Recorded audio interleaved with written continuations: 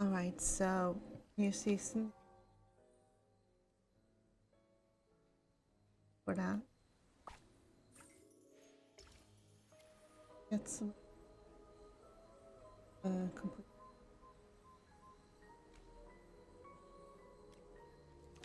words first.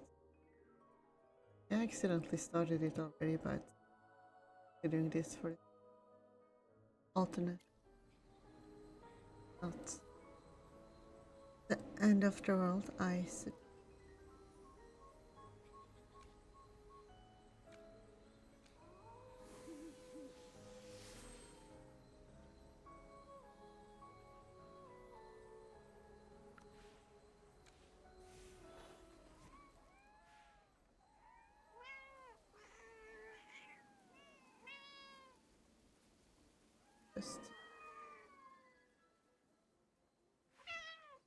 How was my speech? Impressive? I wasn't paying attention. Can't believe you let your mind wander while I was speaking. I'm sorry to say, you missed a historic oh my gosh. I'm sorry to say, you missed a historic moment. But don't worry, you'll get plenty of chances to hear me speak once I conquer the world.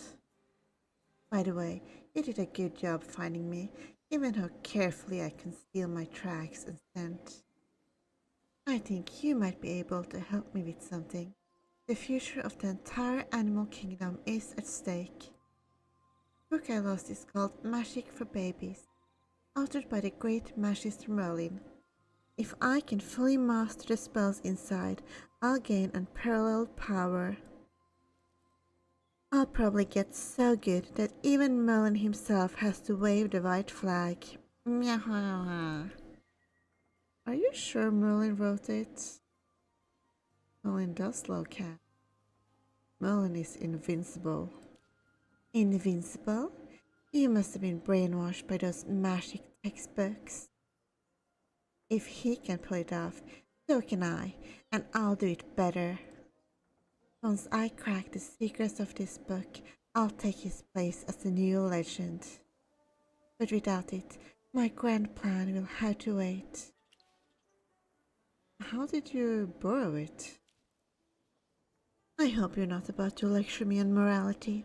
That's what those dumb dogs would do.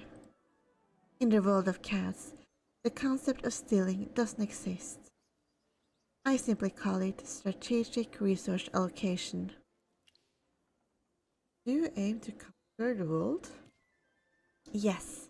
I'm not just after the Cyrene Lyceum, but the entire Asperia as well. I won't rely on sheer brute force to achieve that. My wisdom and charisma are just as powerful. How could you misplace the book? Oh, please. I did keep it somewhere safe. I'm sure my haters took it. Cheap tricks are all they got to slow me down. You're sure the book brings power? No doubt. Once that book returns to me, I'll have the world at my feet. Now, prove where your loyalty lies and bring it back to me. Did I offer to help you?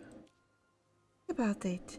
Once I rule the world, you can have all the treats you want and nap on 3 royal grade cushions stacked together. Best of all, you'll have cat servants giving you massages every day. But you need to prove yourself first. Quit dawdling and get going. Oh, and I hope you don't get physical with those haters. They're just a bunch of fools desperate to please the humans. And I'm not the type to bully the weak. This bookmark came from the book, and it still holds a trace of its scent. Don't take too long, alright? After talking to Meowits, my command of animal language seems to be stronger.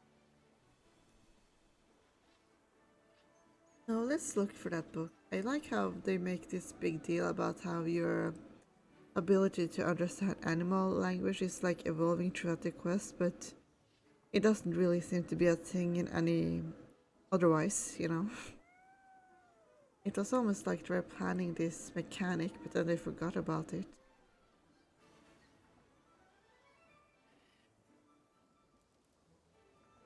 Like imagine this became like the new fishing skill, although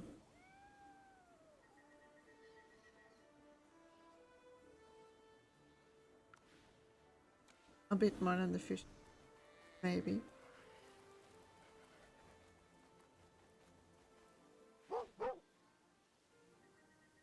Where's the Magic for Babies book? Did you get it? Um, we did steal it from Meowits, but um, I think it's close to finished. But I think I don't think it's entirely finished yet. Anyway, I'll check after I'm done with this. We did steal it from Meowits, but we ran into some human students on the way back.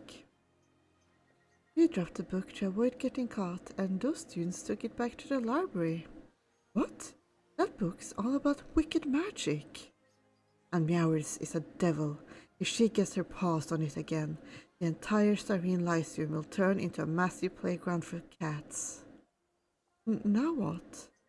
I bet Meowers has noticed the book is missing and knows we're behind it. Since destroying the books off the table, the only way to upset her apple plan is to confront her directly.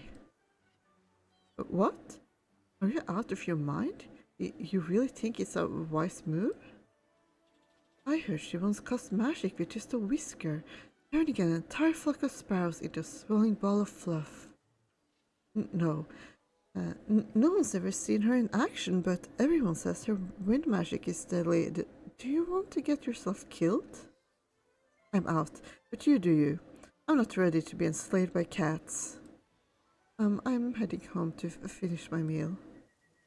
Most of the dogs take off, leaving only Wooftail behind, eyes full of determination and tail held high. Goofy and Pip, you two are such letdowns. I'll soldier on, even without anyone backing me up. Anyway, gonna check this quickly. Oh yeah, it seems like it is done now. So I guess it like just ended. Yeah, I think you just missed it because I seem to remember it was just on. Yeah, that's a shame.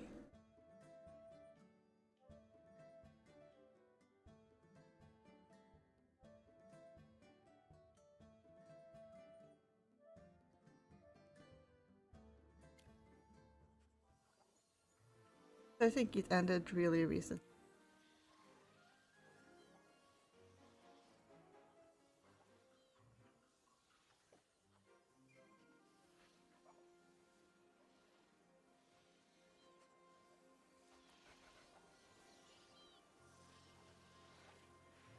Oh, there, Wooftail. I'll defend the Serene Lyceum, regardless of the odds. I'll soldier on, even without anyone backing me up. I doubt that it's going to return because it's like a licensed kind of IP, you know, so returning it would like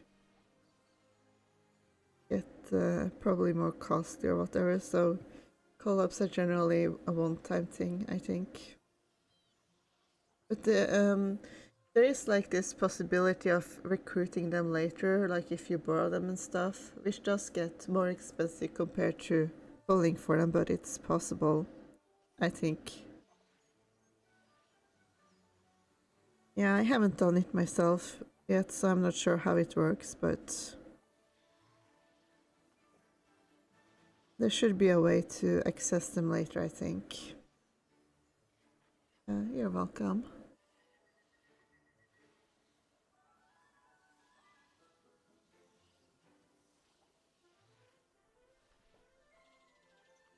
I'll soldier on, even without anyone backing me up. Meowers is a devil? Oh, evil runs deep in her blood. You see, Meowers and I grew up at the Serene Lyceum, where everyone treated us kindly. She acted all sweet and adorable in public, but when no one was watching, she turned into a downright troublemaker.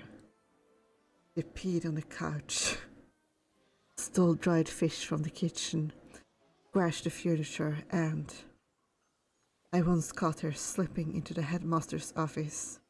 Guess what she did next? She hopped onto the desk and, bit by bit, pushed the cup off the edge. How can we let someone of such dubious character be our leader? If she gets her way, humans will suffer. Someone should write enemies to lovers fic about these two, saying, "No, I won't let that happen under my watch." Never been naughty as a puppy? Never. Even now, I only eat and play with what humans give me. They're nice enough to save their old slippers for me to chew on. I earned their trust by following the rules, which Meowris hardly ever respects. You seem protective of humans. Humans showed me what discipline, trust, and love mean. I couldn't repay their kindness before, but now I can do my part to protect them. You think you can beat Meowritz? Meowris. I keep saying it as Meowritz for some reason. There probably is a character named that as well. Don't remember. Anyway, honestly, I'm not sure. Her magic, her aura, and her deceptively innocent face give her a formidable edge. But I got fate, justice, and you on my side. You dog. Hoof. Hoofdale appreciates your compliment. Care to be my ally? Together, we're stronger. I'm not sure. What if I support Meowritz? I don't want to fight Meowritz. My instinct says you're not on her side. A true ally is rare, and I would go to any lengths to gain one. An idea just struck me. I'll rally animals who share my sense of justice. Just as Meowris has her supporters, I'll unite all her haters. But both Pip and Goofy left me. You'll help me, right? I need your help forming a squad. I'm ready to fight with all my might, but I can't take on Meowritz all by myself. Wolves are creatures of courage, right? I'm sure you'll have my back. Can't say no to this, cutie. I can stay for long. I'm in a hurry. It won't be long. Even one ally is good enough. Oof, let's move out. Let's move out right away.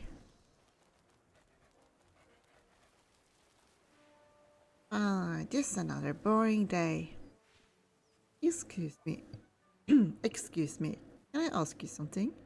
If the Syrian Lyceum were in danger, would you rise to protect it? What are you talking about? Are you trying to mess with me?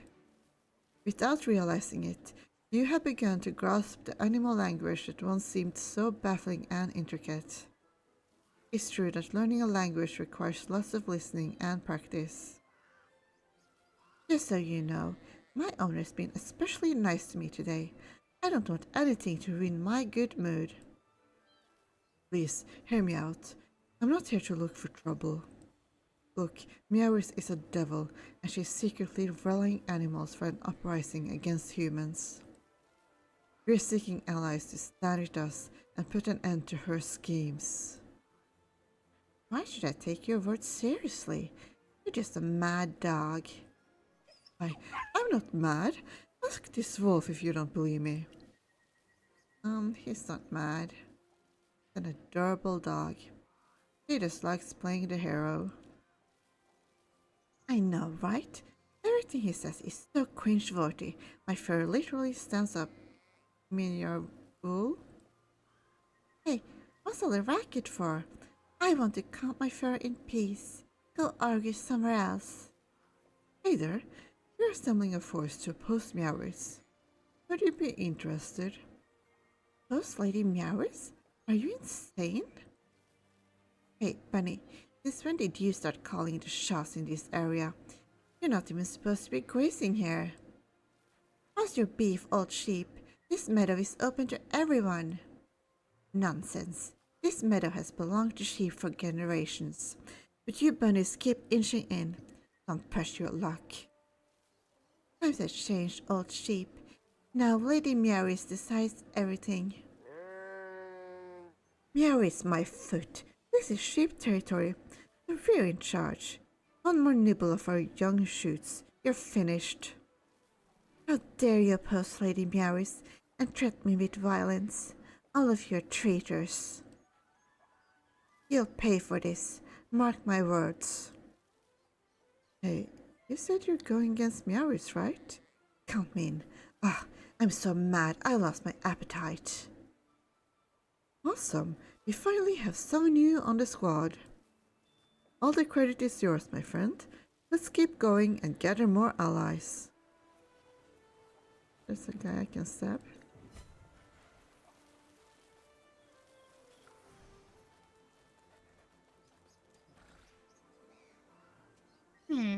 My perfect day's all spoiled by this crow. Hear your voice of rest, man. You're making the crops wither.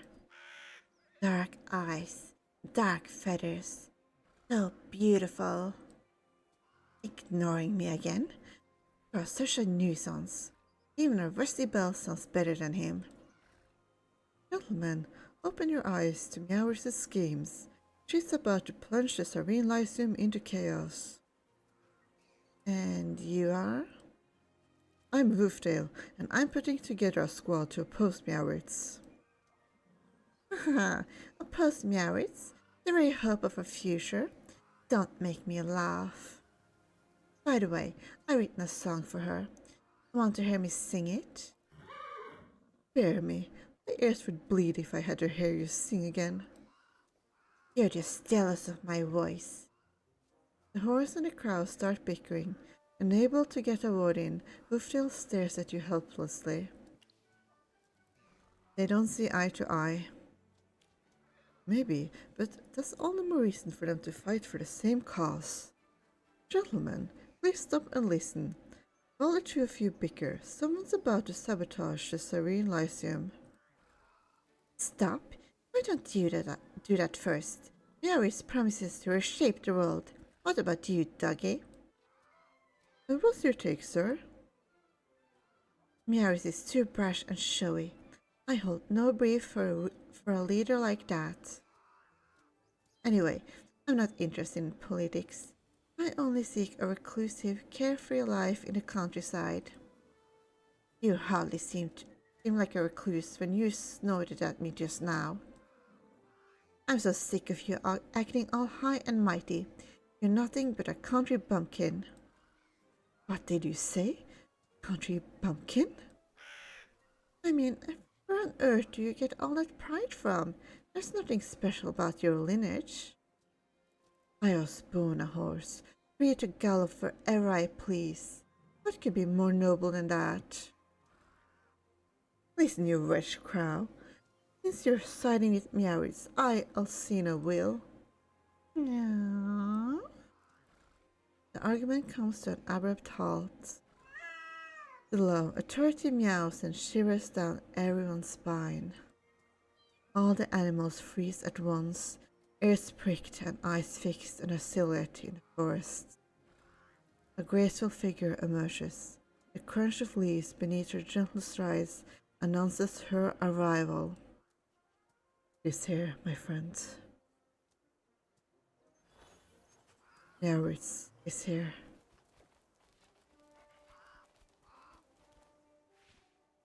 The traitors are over there.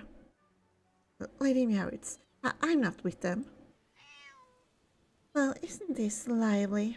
What is this, a tea party? Funny, I don't see any tea or parties. Let's see what we have. Ah, a bunch of losers, debating whether to betray me. It isn't betrayal, it's defiance. We won't allow you to take control of the Serene Lyceum. We? You call this a squad? These animals can't even sing in unison. You're still so naive, Woofdale. I won't stand by while you exploit your followers and destroy the bond between us and humans. Bond? You really are that loyal to humans. How touching. After wagging your tail at them all this time, I doubt you could survive without them. Look at how dull your fangs and claws have become. You're a disgrace to all humans. Indeed, our fangs and claws are no longer sharp, but we gain love and trust. How pathetic. Trust should be earned through power, not by fawning. Now tell me, are you here just to shout empty slogans, or do you dare to truly challenge me? I'm ready to challenge you, Meowits. Challenge accepted. You'll soon regret making an enemy of me. But there's someone special at your side, one who could be loyal to me. You mean my wolf buddy? Don't even think about it. He's already one of us. Interesting. Why would he need your permission to choose who he supports? Are you two known each other all this time? My friend, you... Meowis is also my friend. We only just met too. You still had time to decide who to support before the showdown. Just act according to your lights. Hope to hear from you soon. When Meowis turns to leave, all animals let out a sigh of relief. You're always welcome to reach out to me. Not a chance. My wolf buddy will stand with justice.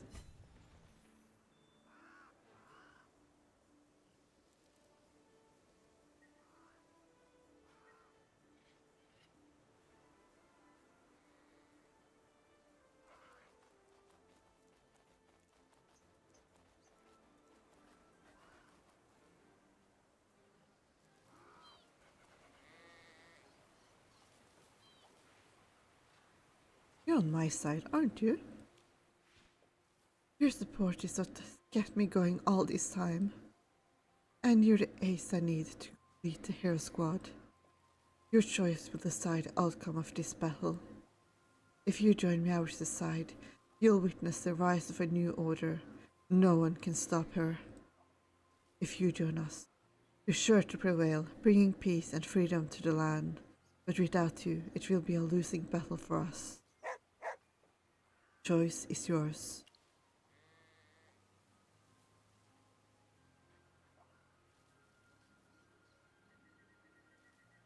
I support Meowits. Think twice, my friend. We're still friends, just on opposite sides. I made up my mind. Bye. Say something, my friend. Have you forgotten everything we've been through together? Run along then. I'll prove you wrong on the battlefield. Meowis is still waiting for me. This time I head over.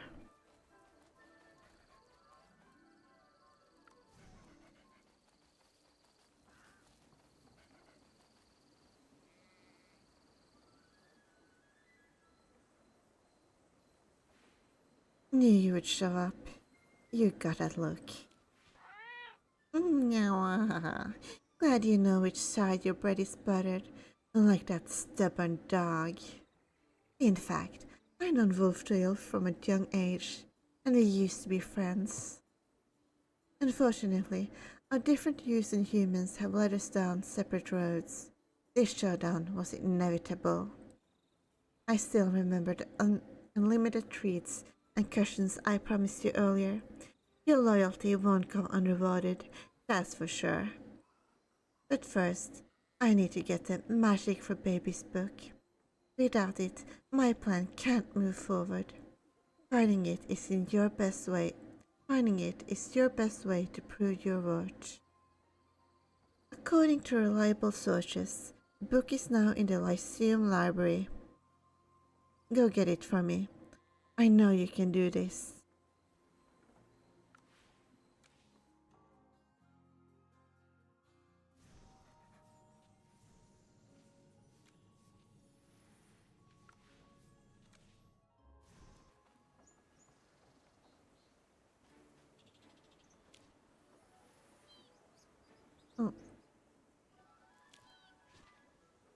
Urgent, missing cat. Name, Snowy, male. White fur and friendly towards strangers. Performs a backflip when fed. Snowy, my 13-year-old cat, ran away from home 9 days after refusing to eat. If you happen to see or purchase him as a pet, please bring him to the well in Lumivale and contact Monshu. Your kindness will be generously rewarded. Okay. But where's Meowers? Doctor.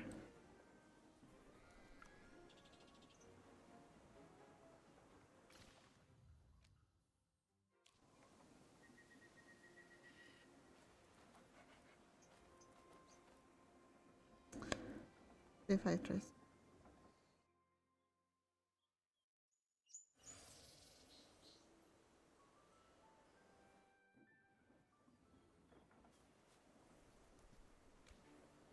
How did I turn into human?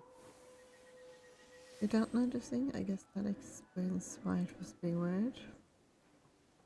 Knew you would show up. You got it, look. This is the one. You really didn't let me down. You deserve a reward, but that can wait. Now, I need to master the magic in this book, and when the showdown comes, I will blow everyone away. I can't wait for that day to come. You're welcome to witness how I crush that little dog beneath my paw. I know Wolfdale's been painting me as the villain trying to overthrow the Sarvian Lyceum. You didn't fall for it, did you? No, you don't sell me villainous at all. It's because I'm aiming even higher. My eyes are on the entire Asperia. You're becoming part of something great.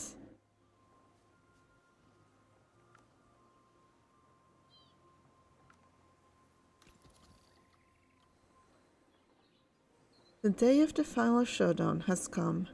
I have to be there.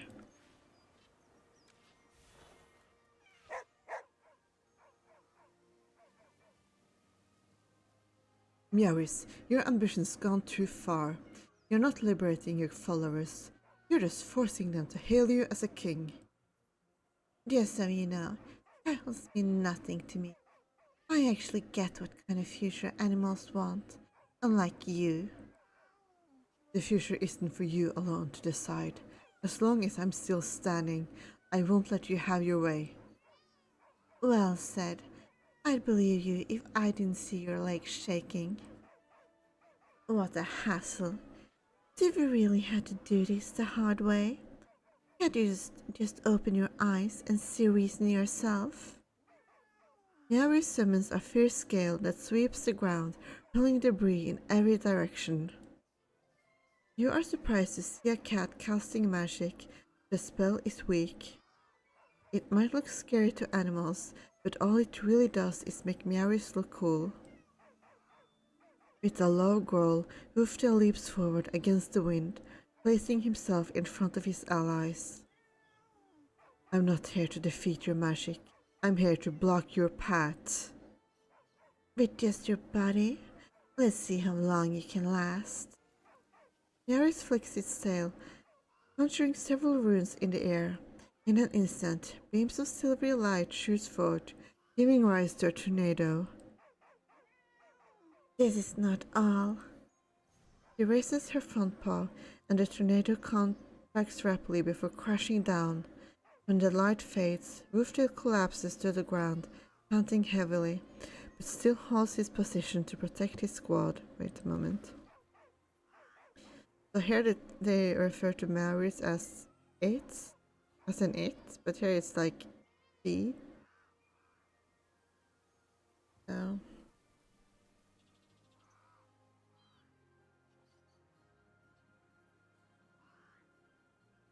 I thought that was interesting. Such is the cost of being so stubborn. You won't win the support of animals. This isn't over yet. Meowris gives no reply. Meanwhile, the members of the hero squad start to scurry away. The outcome was obvious. What an easy win. Hoofdale is even weaker than I thought. Anyway, this victory is just the beginning. I'll need many more like this to rule the world. You'll always have my support. The future's uncertain. I had no problem embracing uncertainty, for it gives me endless opportunities. As long as you remain my ally, the ball will always be at my feet. When that day comes, every glory I claim will be yours to share. Just complete, ruler of all. First ones, Port Merits. Only 36.53% pick rate. A new animal-led order begins here. So didn't Merits also know we were human at first, or do I remember this incorrectly? Because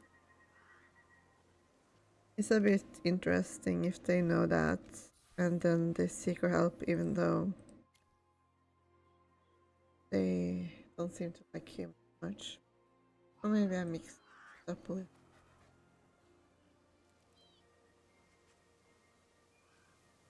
Yeah, this is kind of a fun quest. Honestly, I feel like the side quests for this season are kind of better than the main story, but I may have said so already.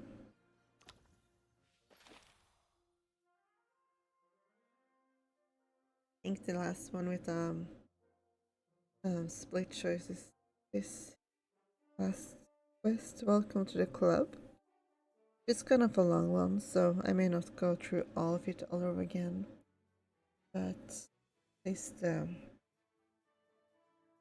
because this is mostly to see the alternate choice roll, but I may read some of it if it's interesting, because sometimes it can be interesting to go through over it again, but I did do this recently, so we'll see. I mean, I already did it recently. Unlike the Meowth quest, which was a while ago.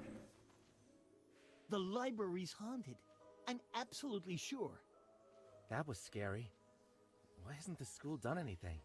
What if something terrible happens? Calm down. Have you been reading too many horror novels? Enchanted things are everywhere on campus.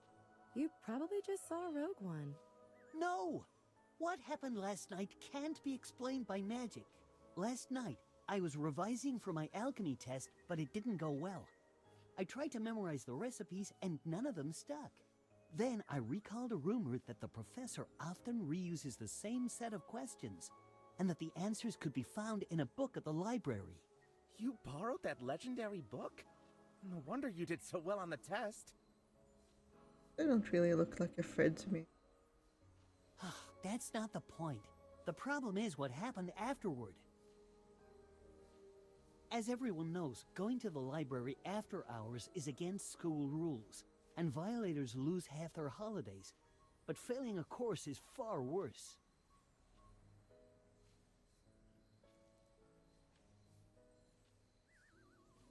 Makes me think of like the guy from Scooby-Doo, so they match well enough to that. So I decided to get the book. I slipped into the library through the side entrance while the guards weren't looking.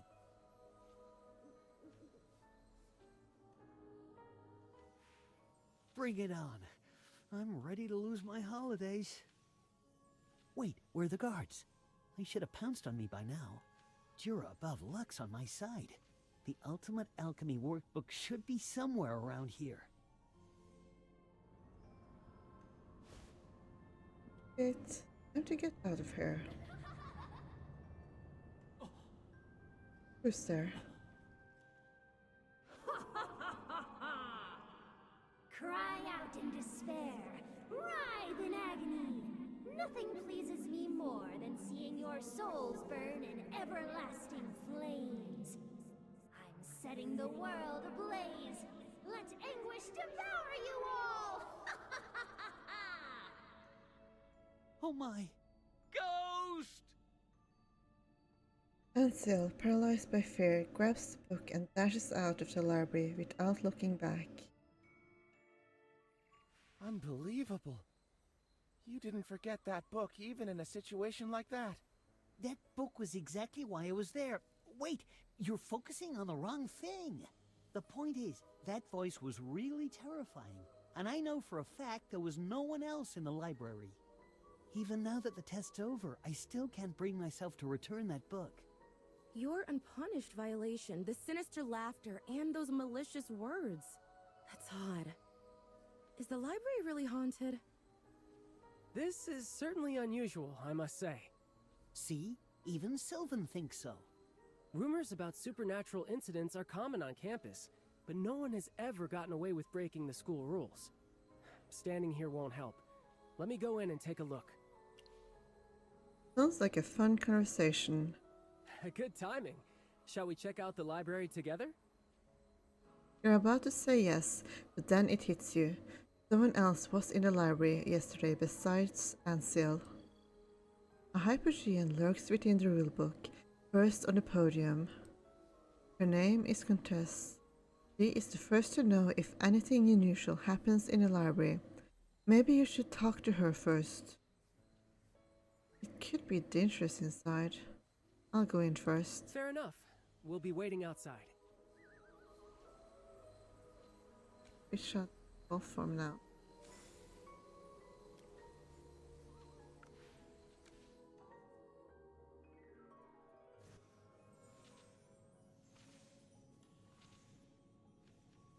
So quiet. Where's Countess?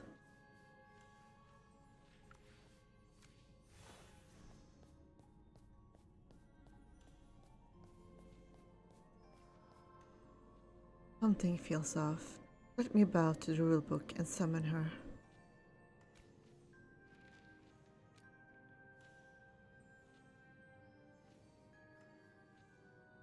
Still no sign of her. Is she skipping work? Time to take drastic measures. Maybe an incredibly bright light spell will get her attention. Your light spell turns out even brighter than expected. The aura above is as though a sun is rising right in the middle of the library. As the rulebook is bathed in light, its pages start flipping wildly. Good grief. Who turned on the lights at this ungodly hour? I'm trying to sleep here. Please check the clock. Ugh, I knew it could only be you, my dear Merlin. All right, what do you want? You look tired. Show some professionalism. Pot calling the kettle black.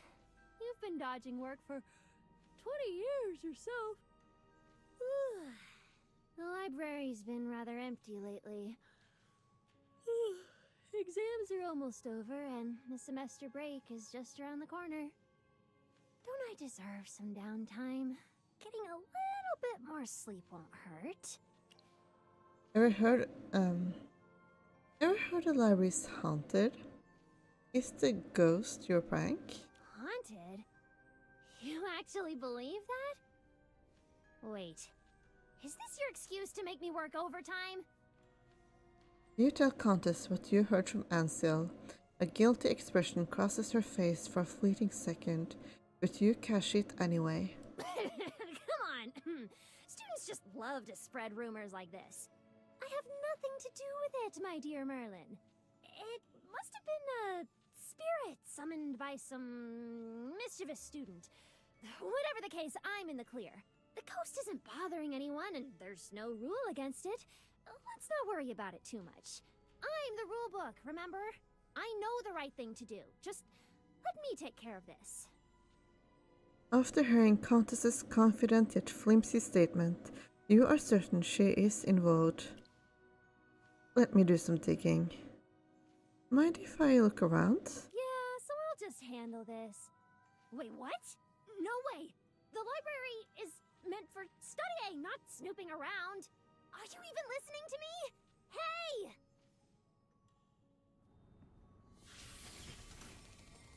No, you can't go in there.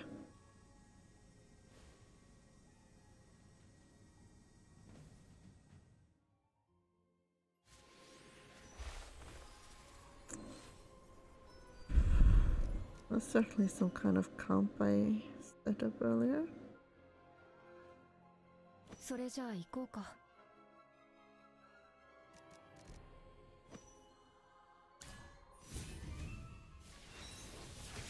I can't let you see this. 終わったよ。思ったより簡単だったね。Nothing can stop you when reason is on your side. Guided by your instincts, you make your way to the long.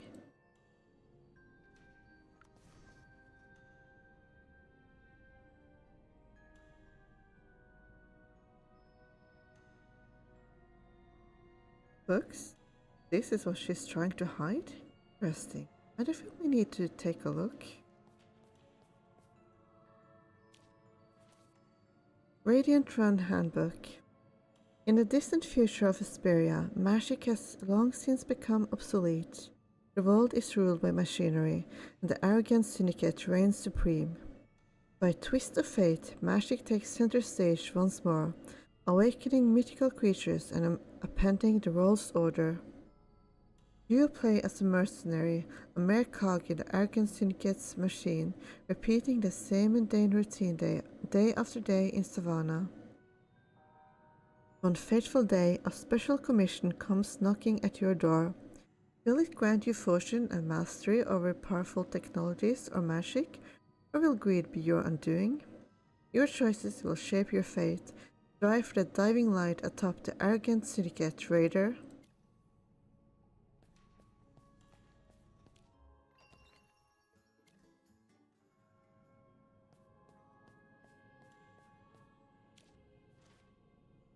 Deduction Hall Handbook. Your great-uncle, a scholar of ancient Hesperian language, died under mysterious circumstances. As his only living relative, it falls to you to collect his belongings. In his house, you come across a bizarre statue surrounded by piles of clippings and notes. Your gut tells you that these strange items are connected to your great-uncle's death. As a detective, you set out to uncover the truth.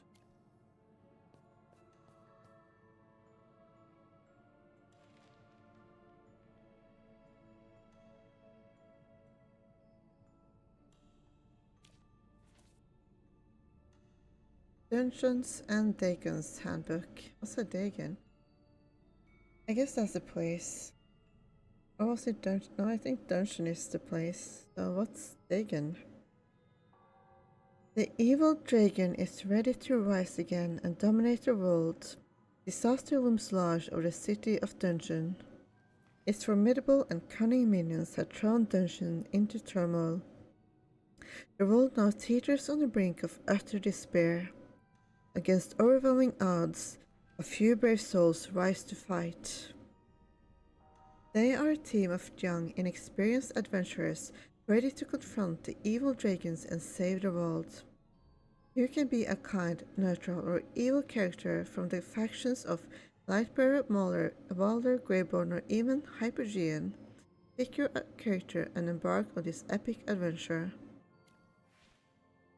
The Green File, Door to the Future, Cold Stars, and Buried Between Demons are among the dozens of books piled up on the long table. They are books covering various world settings, gameplay rules, detailed mechanics, faction divisions, and skill description. Even without your memory, you know these books are unlike anything you have seen. Could these be part of an evil scheme Countess is cooking up? So many evil schemes around here. On campus. Probably more than I can tell. Anyway. Shoot, you saw them. Oh no! This is the last thing I wanted you to see! My dear Merlin, promise me you won't laugh at me. Are you writing a novel? Alright, I'll tell you the truth. Just the other day, some students were having a discussion here, and they were loud enough to warrant punishment. Such audacity. I know, right? I was curious, so I listened in quietly. Ugh, I'm so bored. Playing chess and going to salons just don't sound fun anymore. Why not read some novels? I've read my share, but most turn out to be tired cliches. They usually hook me with a cool setting, but the plots are a letdown. Either they're so predictable, or the protagonist does things that make no sense. If I were the protagonist, I'd make the story way more thrilling. Shh, keep it down. Sorry to burst your bubble, but a novel's plot is fixed. You can't change it. If you're bored, you can come play cards or chess with us. Honestly, I think what that Joanna girl said was very true. Novels have captivating stories, but the plot only goes one way. Games, meanwhile, are fun to play, but without a compelling narrative, they aren't very immersive. So, as the Rule Fiend, I decided to create a new game that blends an intriguing plot with fun mechanics. This way, we can have the best of both worlds. Players can take on different roles and shape the story through their choices and a touch of luck. A game master oversees the rules and story, while everyone collaborates to create an epic adventure. I even came up with a catchy name for this kind of game. Tabletop Games. What do you think? This concept sounds familiar. It's my original idea, though someone else gave me the inspiration. Anyway, these books here hold the storylines and rules for the game I created. How is this related to the ghost? Well, last night I was racking my brain to perfect the showdown plot in Dungans and Daggins. This doesn't feel intense enough.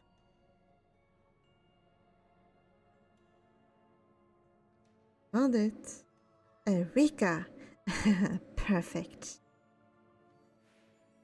Yes, that's more like it. Cry out in despair, writhe in agony. Nothing pleases me more than seeing your souls burn in everlasting flames. I'm setting the world ablaze. Let anguish devour you all!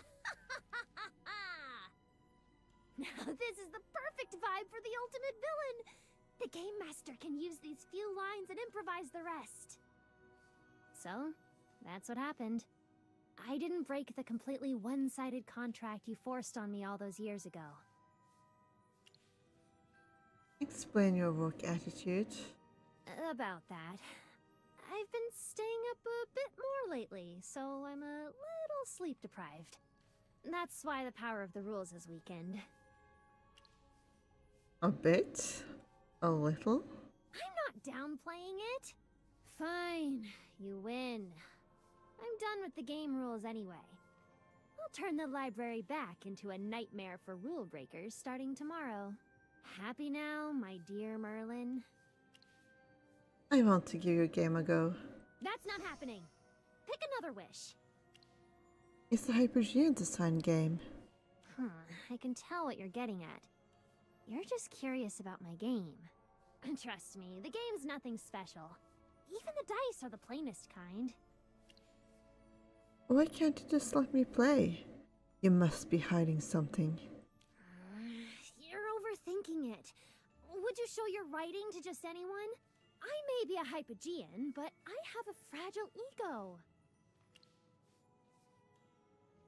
I've seen your game books anyway. Try being less sensitive. Drop your pride and get stronger. That's enough! Sometimes I think you act more like a Hypogean than I do. Games need players to exist. I did spend a long time working on it. Games aren't complete without players. Let's have the best adventure together. Alright, you've won me over. But the game's designed for multiple players, and right now, you're all alone. Get your Garster to join us. Clearly you love games just like I do. If only you could also understand my need for a break. Alright, take a seat while I go fetch two poor souls who need to work overtime.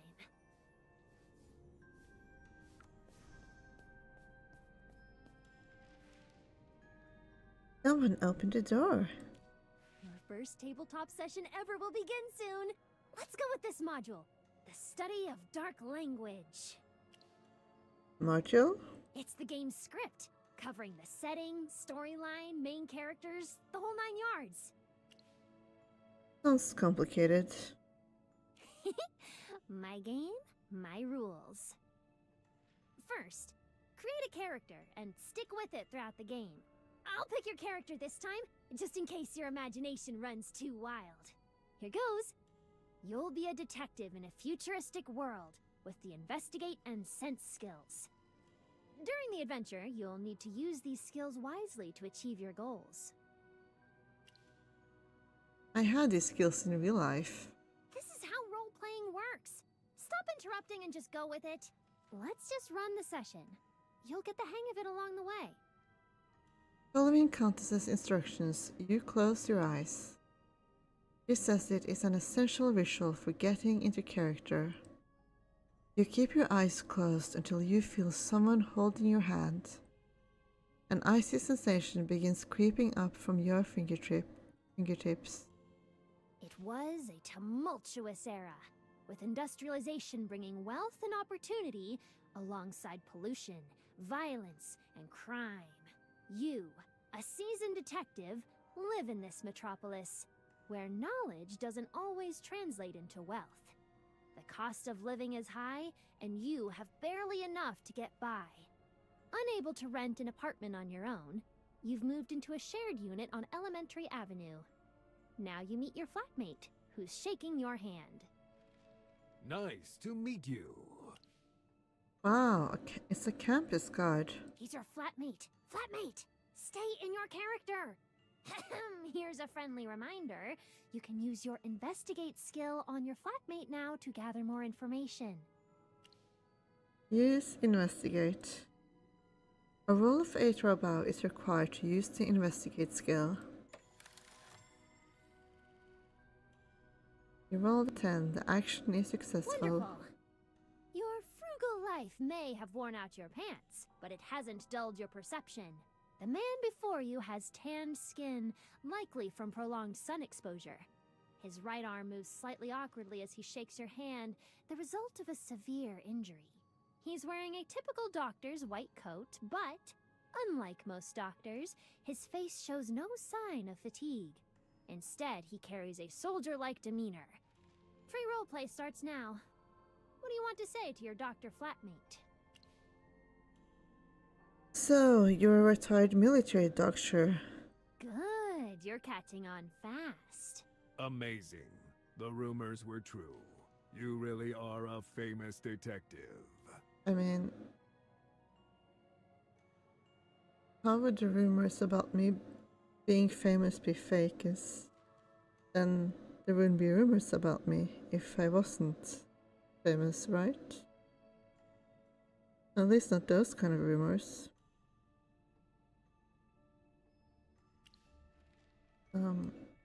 What a heartfelt compliment. Just bear with it. We can't expect too much from a campus guard. Please, let me be your assistant. I'll do my best to support you. So fast? My assistant? Why? Just assume he's a big fan of yours, alright? I have to make this session easier since it's for beginners. Now, we're moving to a new scene, with a new character joining in. You must be the famous detective. I'm Inspector Lestrade, and I need your help with a tricky case. You'll be handsomely rewarded when the job's done. Come. Along with your assistant, you follow the inspector to the crime scene. On the bumpy ride through the slums, the fog grows thicker and your anxiety mounts. Meanwhile, in reality, you remain still.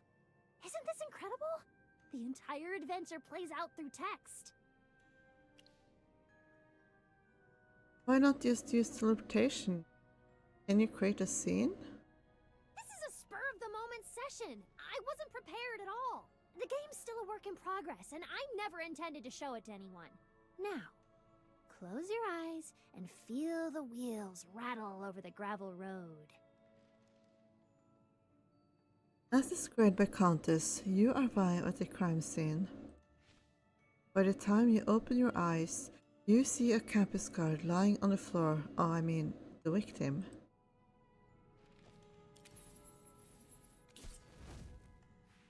You find yourself in a typical, modest bedroom, much like any other in a low-cost apartment. But with a body on the floor, it has turned into an unusual crime scene. The body is riddled with gruesome wounds, and some fluid is oozing out. Is it blood? You can't be sure. The thick, dark fluid splatters all over the room, some of it congealing on the faded wallpaper. In reality, you see nothing, but you decide to keep the comment to yourself. Detective, your job is to examine the crime scene. See if you can uncover any clues. The fluid trickles from the victim's throat and chest. Undoubtedly, it's his blood. The way it soaks into the tattered rug and stains the wallpaper creates a grim work of art. The victim's blood is unusually dark. Is he even human? The victim's throat, chest, and abdomen are covered in deep cuts and slashes, yet all his fingertips remain clean. The murderer took his life without the slightest hesitation. There could only be two explanations. First, the murderer harbored a deep grudge against the victim. Second, the murderer didn't consider the victim human at all. Or maybe the victim wasn't even human to begin with, you think to yourself. You crouch to inspect the dried blood. Something about the splatter feels off. Further investigation might be necessary. A roll of general bow is required to use the investigate skill.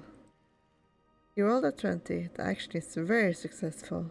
So lucky, Merlin! Very successful? Any action that isn't a failure can be either successful or very successful. Very successful actions yield stronger effects. For instance, you'll gain some extra information this time, but knowing too much isn't always helpful. For now, enjoy your luck while it lasts. Relying on your sleuthing skills, you study the bloodstains on the wall. They seem to form written characters, yet the clotted blood renders them unreadable. Suddenly, thanks to an unexpected stroke of luck, you manage to make out the message, which says, royalty. The moment you utter the word, color drains from Inspector Lestrade's face. Detective, are you implying that the royal family is involved in this case? The victim's fingertips are clean. The victim didn't write this. So, the murderer left this message, and the motive could be linked to the royal family. This is a delicate issue. I need to inform the Queen first. Let's call it a day. Remember, everything about this case is confidential. I'll be back if further investigation is needed. Feeling unsettled, you return to your apartment on Elementary Avenue with your assistant. Life goes on as usual, and the terrifying homicide is never mentioned again. Just as you believe the case is closed, a carriage stops at your front door on a foggy morning. Then, someone opens the door.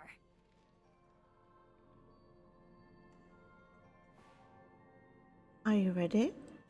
Your deduction was correct, Detective. The Queen is deeply concerned about this case and wishes to discuss it with you in detail. Please come with me to meet Her Majesty. Can't believe it. We have an audience with the Queen. This is an incredible honor. Why is he speaking like this? He's just stammering out of excitement. Just use a little imagination. Your assistant's face lights up with pure joy.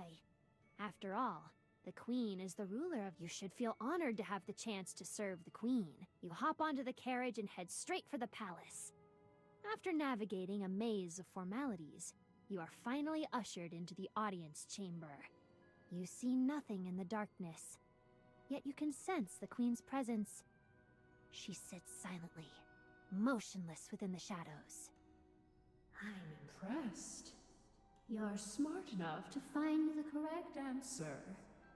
As the Queen's mellow voice echoes through the chamber, a faint ringing stirs in your mind, making you dizzy. The victim was one of my aides, and the murder is an act of defiance against my reign. The traitors are seeking to usurp my throne.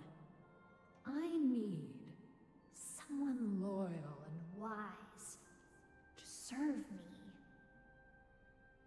You seem to fit the bill. Help me hunt down the murderer and purge the traitors. This is an irresistible offer for any detective.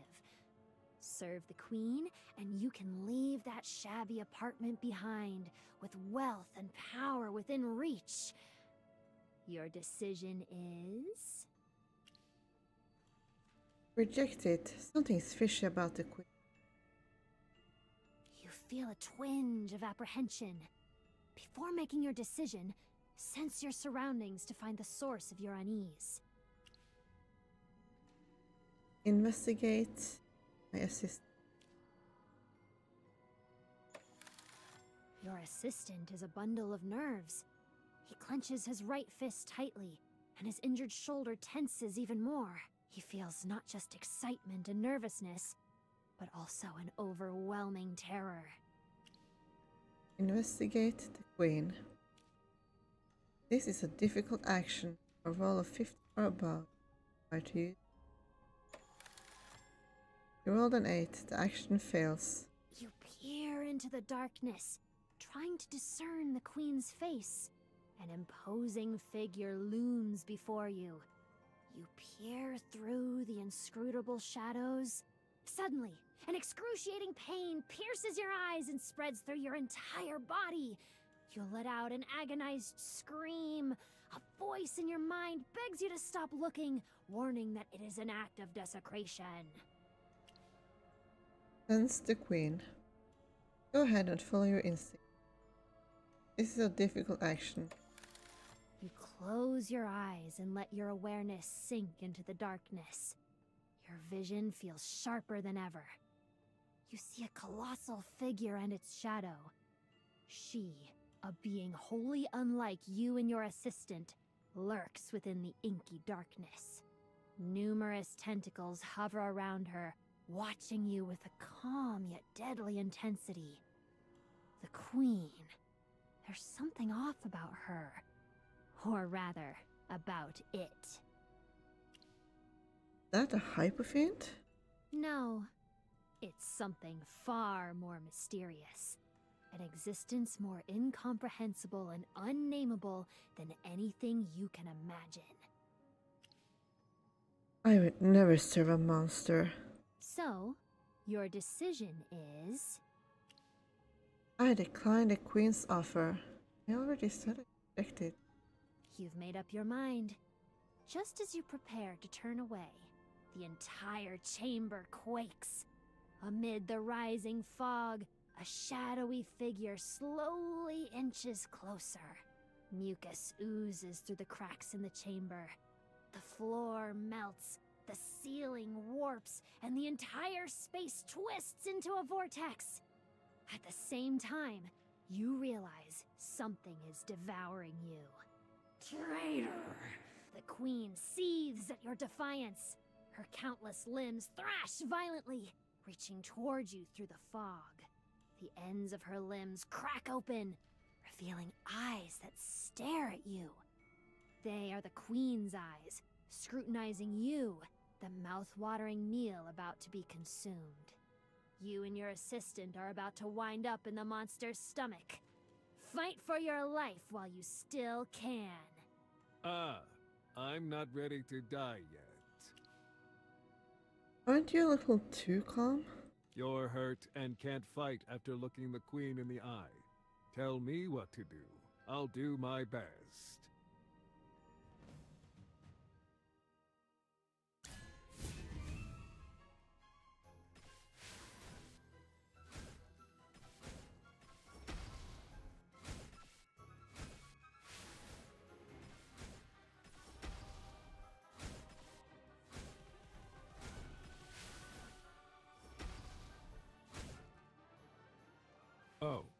I'm dead. That you defeat. And in the battle, you did her. Hey, hang in there. Exhausted. There's nothing you can do to stop the vortex from drawing you in. Darkness clouds your vision, and you slowly drift out of consciousness. Oh, I'm dead too. Don't speak like the guard! How did this happen? You can't fail here! I haven't even reached the best part! Maybe I made the queen too strong. Should I add more scenes before the showdown? Only the guard gets to fight anyway. We can't expect too much from the guards, right? They only know how to follow orders.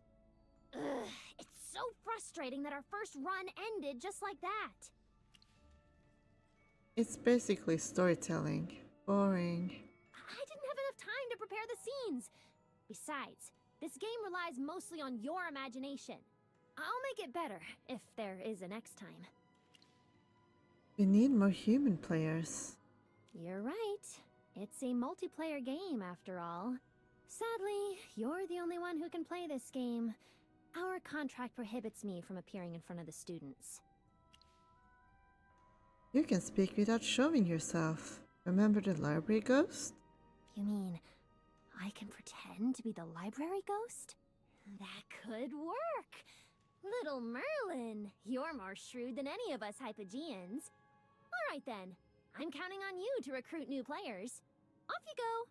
While you're away, I'll fine-tune the game. It's getting late. I'll start looking tomorrow morning.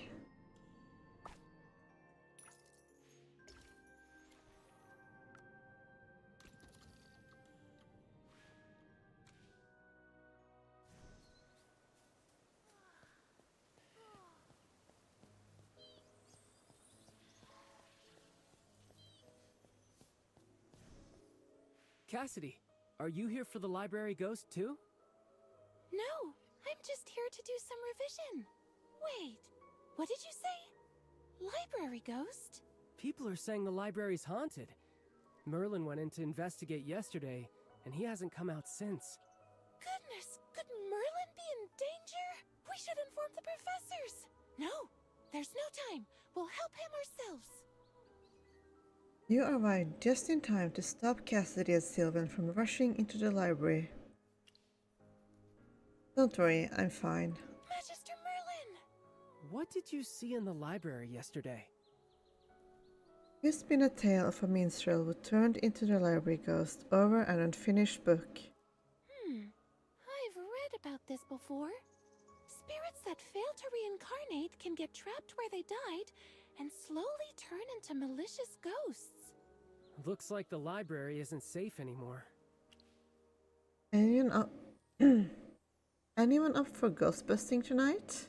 I've been dying to see what the library's like at night. Cassidy, are you coming? Absolutely! I'd never pass up a chance to fight alongside Magister Merlin. There's something you should know.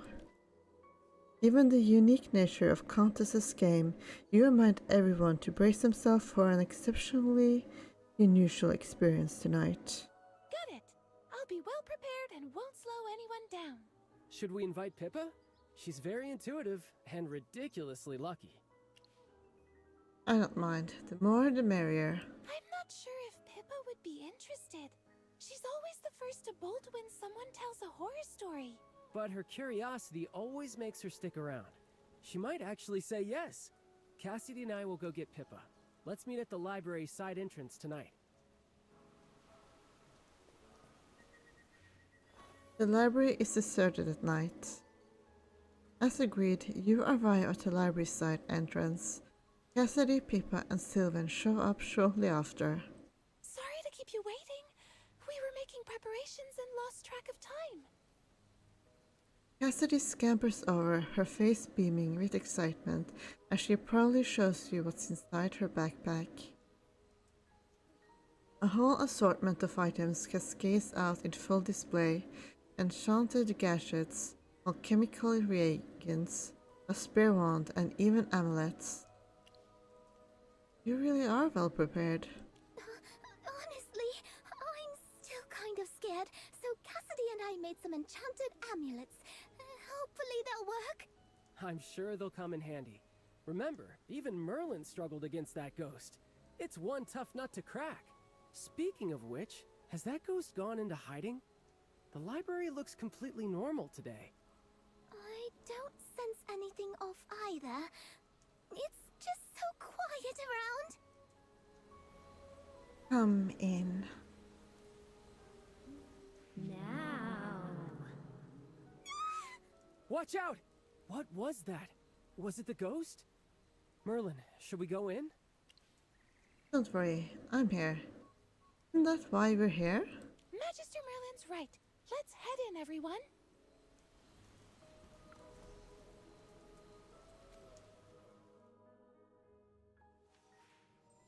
Everyone steps cautiously into the library.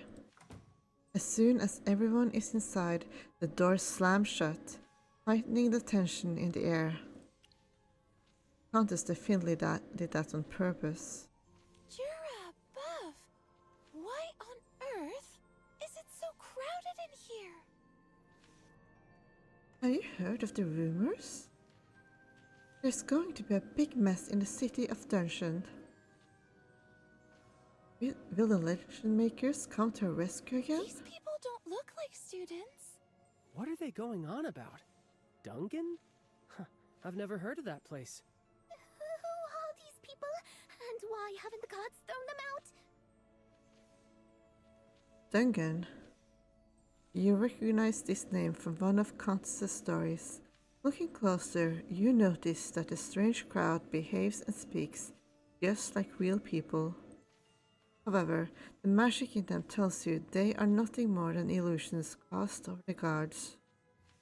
Apparently, Countess revamped the game with lifelike illusions. You whisper our mark. It's way better this time. Last time was so lame. A breeze brushes past your ear, carrying a faint, familiar voice. I've got to make a good impression on the new players. Can I count on you to explain the rules? If I do it, I'll probably scare them off before they even hear a word. Everyone, these are just illusions. Should we dispel them? Welcome, adventurers!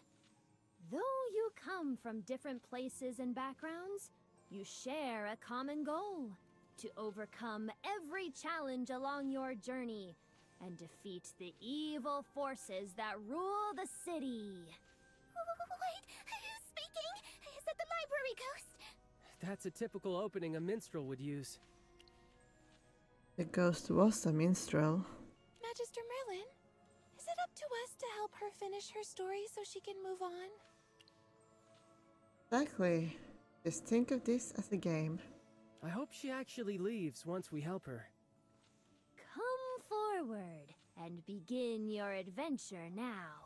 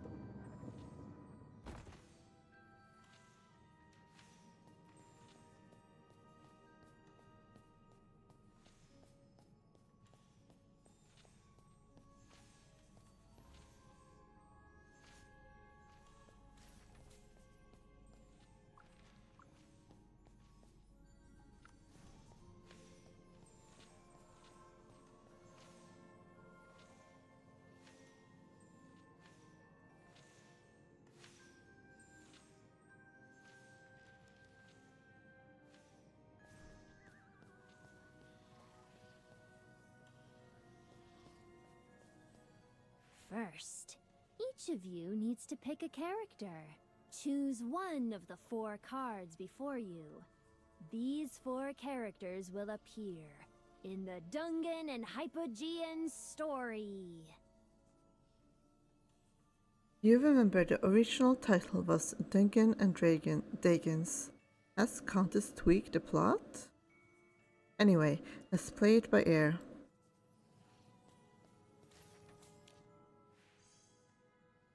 There really are 4 cards here. Read the Berserker card. Roll Berserker. Skills Combat and Intimidate. Berserker steps into this perilous world clad in metal armor. With your body as your weapon, you will crush all who stand before you and carve a legend on your own. You believe might makes right. Anyone who dares to challenge you will be daunted by your towering 2-meter frame. 2 meters tall? I've always wished I could be that tall. I want to be this character. Read the Mage card. Roll Mage. Skills Mystery and Heal. As the mage, you can draw in the magic from the air, perceive the secrets of nature, harness its power, and cast extraordinary skills. The mage is innately fascinated by this mystical world.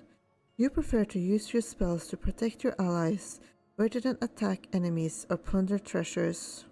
Mage? That's right up my alley. Please. It's as if your name's written right on the card. Cassidy, it's just a game. Don't you want to try something different for a change? Acting isn't my strong suit. Since we're doing this with Magister Merlin, I'd better pick what I'm skilled at. Read the Dancing Poet card. Roll Dancing Poet. Skills Perform and Persuade. The Dancing Poet enchants the audience with captivating moves. You can sway emotions or even inspire others to become your followers. You are a remarkable artist and a gifted storyteller. By manipulating people's minds, you can persuade your enemies to surrender without resorting to violence. Interesting. I'll try this role. The card doesn't specify a gender. I can play a female role, right? Huh? This makes the game even more fun. I'm going to let my imagination soar and try things I've never done before. Read the last card. You pick the last card. Roll Roge. Skill Stealth and Sense. In this bleak city where despair reigns, survival often means flying low and moving cautiously. You are as elusive as the wind and as hidden as a little bird in the treetops. From the shadows, you watch your enemies and strike with precision to emerge victorious. Similar to the detective character. Now that the characters are assigned, the story officially begins. A notoriously brutal Hypogean is rumored to be committing atrocities across the city, but few have actually seen it. The Hypogean is said to lurk in the deepest shadows, its whereabouts known only to its loyal minions. You ask around the city for clues, and learn that one of its minions frequents this tavern. Looks like we need to find the minion in the crowd and dig up some leads. Leave it to me. I'll play some music, show off a few moves, and people will naturally come to me with information. Are you sure you can pull that off, Sylvan? All right, you're the dancing poet. Can't believe you're already in character. Sylvan's nailing it. This is how it's done. Ah, I see. Let's approach the bartender first.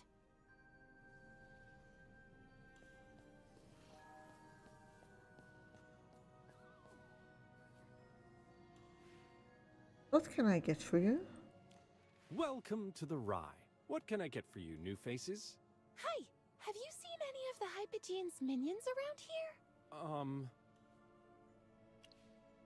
That's too blunt. Huh? My bad. I thought adventure stories let you be more direct. Guess I still have to talk my way around things like in real life. The character sheet did say we could use different skills to reach our goals, right? You praise Sylvan for being quick on the uptake, then explain the rules of the dice. Everyone is eager to test their skills on the bartender. Why are you all staring at me like that? Let me use the persuade skill on the bartender. I'll win his trust first, then find out if he knows anything about the Hypogean. A roll of 12 or above is required to use the persuade skill. After acting clueless for a while, the bartender finally gives in. With a sigh, he sets down the shaker in his hand. You see, people from all walks of life come here. Some decent, some dodgy. But we don't go blabbing about our patrons, and that's how we stay in business. I can't tell you anything. Please leave.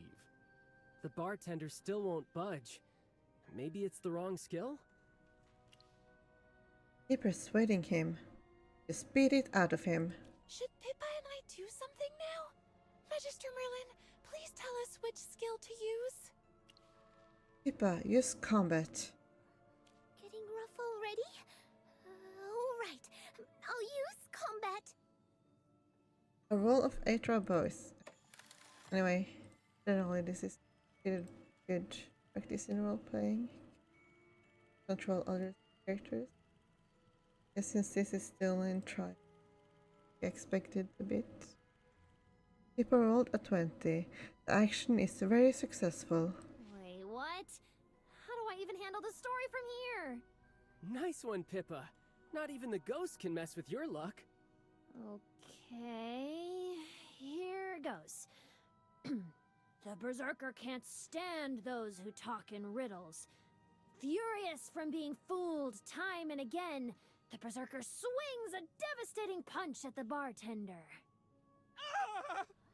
The bartender lets out a cry of pain and collapses behind the bar. Oh no! Can we even get him to talk now? Looks like a very successful action doesn't always lead to a good outcome. This game's more intricate and fun than I thought. So sorry. I didn't mean to screw this up. It's fine, we can fix him up. This is a difficult action. A roll of 15 or above is... The bartender regains consciousness. The moment he sees Pippa, dread fills his face. What's wrong with you? You almost killed me just now. You're even worse than the Hypogean. I've got this. Easy there, buddy. Your safety comes first, right? My friend here's got a short fuse, and you definitely don't want to take another hit from her. Fine, I'll talk. Look, that minion you're looking for isn't here, but I do know a thing or two about the Hypogean. I'll tell you everything. If you head north from here, you'll reach a forest called the Sinister Swamp. It's teeming with fearsome hypofiends that even seasoned adventurers keep their distance. The Hypogean dwells in the heart of that forest, guarded by its hypofiend followers. If you dare, go ahead and face the lion in its den. The bartender told us to head north, but I don't see any forest up ahead. We're still in the library. Use your imagination. I'm not great at imagining things, but I'll do my best. Let's head north and see what awaits us.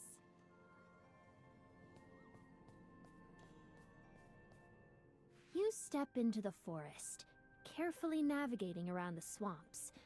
The surroundings are eerily quiet. The animals, hidden among the trees, scatter the moment you get near. They all follow the same unspoken rules, and you are clearly outsiders.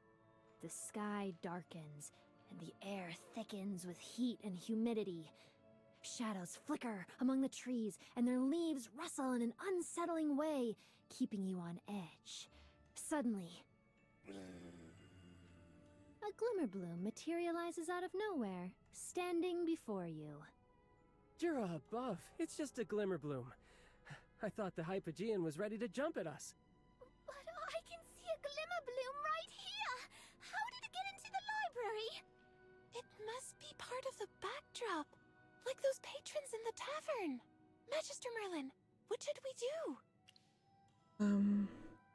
The path of destiny splits here. Choose care. I think last time I tried top it, so this time let's take it down. Oh, I don't think I. If GPS sound it.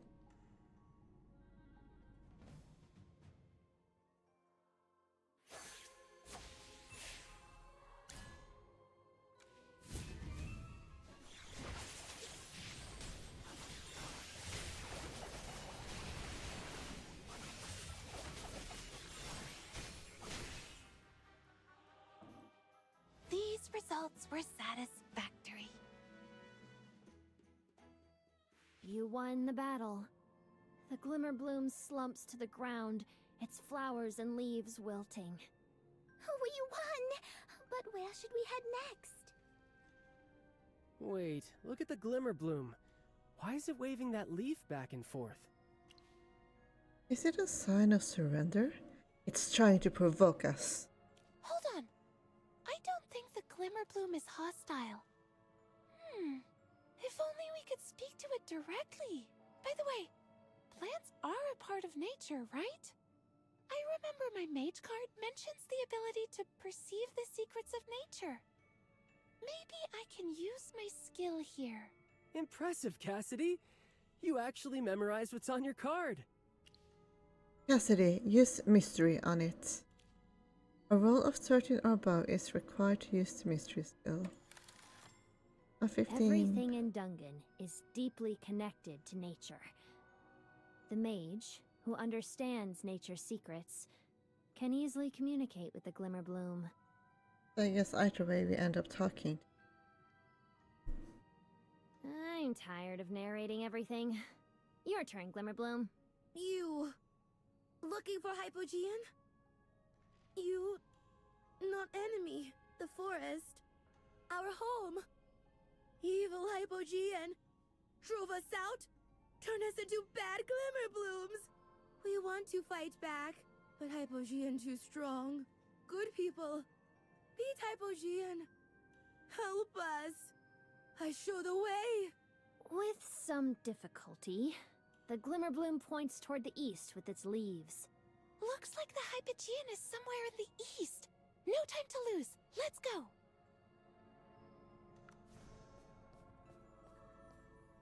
As you move eastward, the forest begins to stir, as its inhabitants murmur softly about your presence. The air is cold and oppressive at the heart of the forest. A foul stench rises from behind, accompanied by the sound of labored breathing.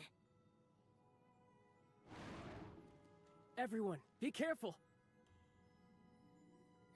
This snow monster seems to mean no harm. Maybe it's friendly, just like that Glimmerbloom from earlier. I know the drill. Time to use one of my skills to make it talk, right? Time to seduce All the right, bear. then. Perform it is! Wait a minute, Sylvan. Why would it want to see you perform? Don't forget I'm now skilled in both dance and poetry. I'll charm the snow monster with my moves and turn it into our ally. This is a special, difficult action. A roll of 18 or above is required to use the perform skill.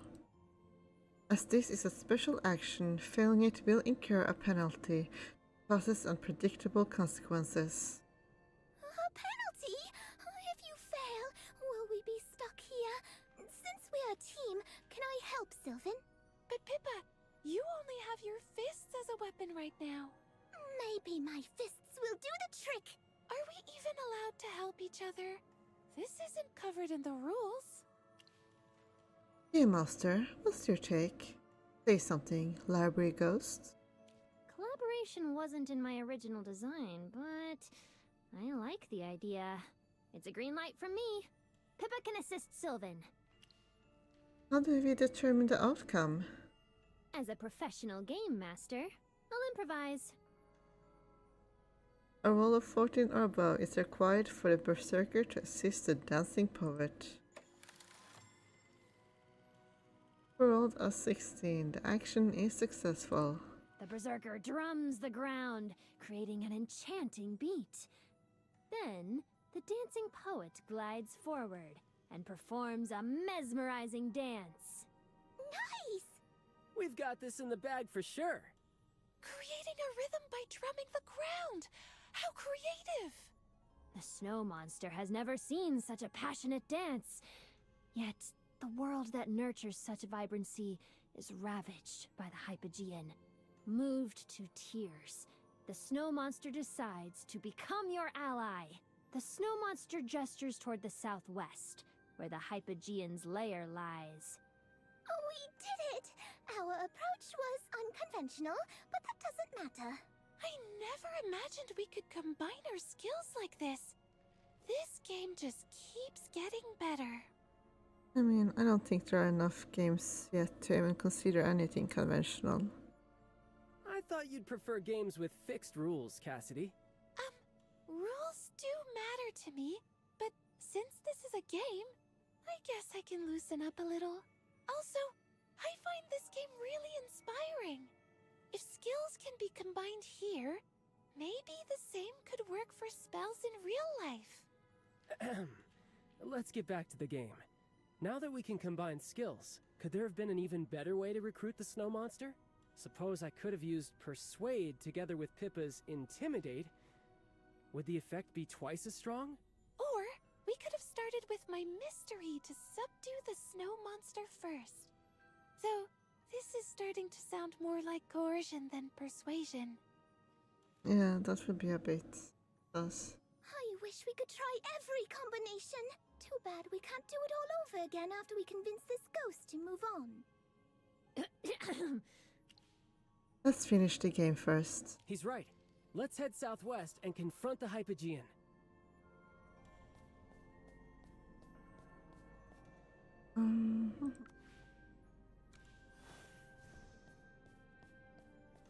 So awkward that I have to go inside Malong to get there. You push ahead towards the southwest. Reaching the end, you glance up, and the school rulebook sits quietly before you. Is this the place for the final showdown? In a way, it really is the Hypogean's hideout. You've reached the Hypogean's lair, Legend Makers. Are you ready to face the Hypogean inside?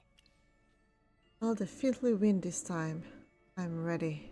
Very well. With the rogue's consent, those Merlin names as companions here in the library may face the Hypogean face to face and incorporate them into the agreement.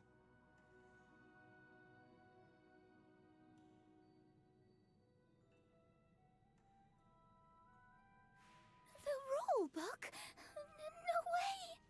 I can feel an actual Hypogean's presence. Professor Simon recreated their aura in class before. Jura above! We must not allow a Hypogean to run rampant on campus. Wait, stand down. You briefly explain Countess's identity and the truth behind the game. Hold on. Magister Merlin, did you invent the minstrel story and make us play a game designed by a Hypogean? This game must have been the Hypogean's ploy to make you release her. The reason you're hiding the truth and making us play along is to make her drop her guard, right? Uh-huh. Have I got it wrong? I'm so confused. See how humans always stereotype me, little Merlin? It really gets under my skin. Listen, girl. Not every Hypogean wants to destroy the world. Did you just call him Little Merlin?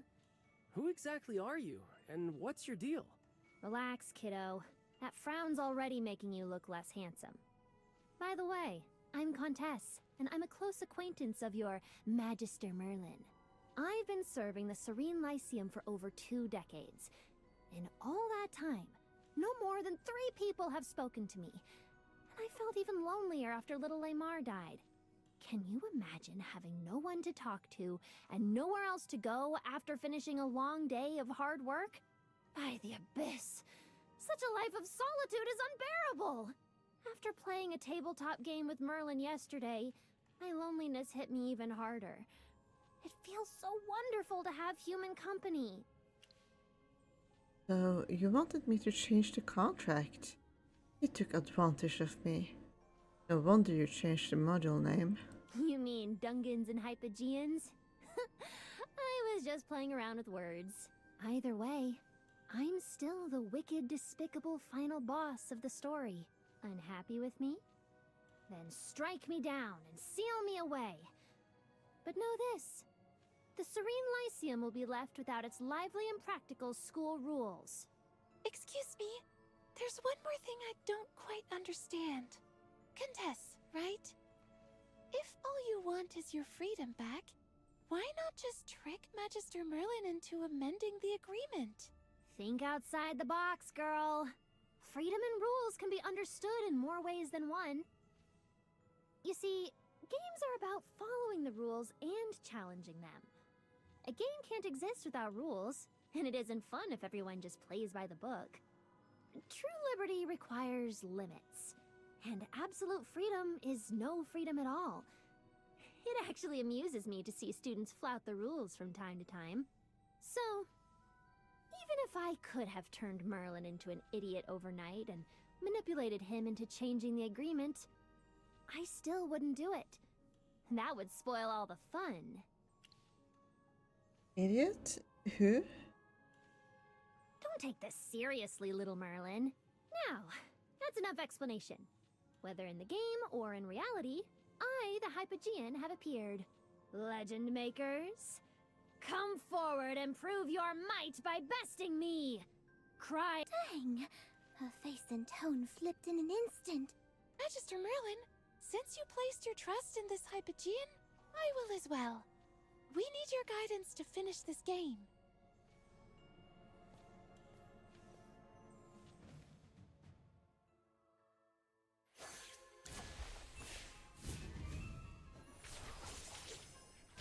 Let chaos reign!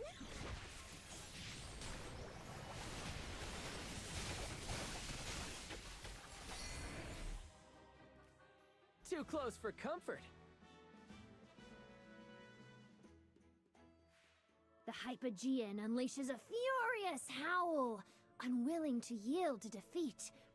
Flames erupt, devouring her greed and sins until only ashes remain. You watch the flames burn with ferocity. No one knows if the Hypogean will rise again, but for now, victory is yours. You've defeated the Hypogean and freed the sinister swamp and Dungan from her oppression. It has been a rewarding journey for all of you. Pippa, the Berserker. Me? You endured the Hypogean's overwhelming might as she was sealed, witnessing true horror firsthand. With this, you take another step toward becoming the ultimate warrior. Sylvan, the dancing poet. You've mastered the art of charm, bending even a mighty snow monster to your will. Your triumph over the Hypogean has etched your name in glory. This adventure has ignited your creativity.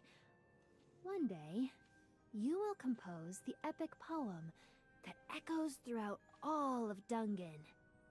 I like how this ends. Cassidy the Mage, you played your part well, using magic to support your companions. From now on, you're no longer a lone wolf. At the moment of the Hypogean's death, you absorbed some of the mana she released, gaining insight into the deeper mysteries of the world. You are one step closer to becoming a greater mage. That's true! I learned so much from fighting alongside Magister Merlin. Last but not least, it's Merlin the Rogue. Well done for seeing through the Hypogean's true form and leading your team to a successful adventure. This journey has further sharpened your perception. May it lead you to uncover even greater secrets ahead. What secrets? All of you have earned the Supreme Legend Maker title. With this, the story of Dungans and Hypogeans comes to a perfect close. It's over. I'm not sure why, but I feel a bit sad. I guess it's the same emptiness I always feel after finishing a page-turner. Over? Not even close. This is just one chapter in a saga, and your journey will continue in the future. This is the charm of tabletop games. You can experience as many adventures as you like, brought to life through words and imagination.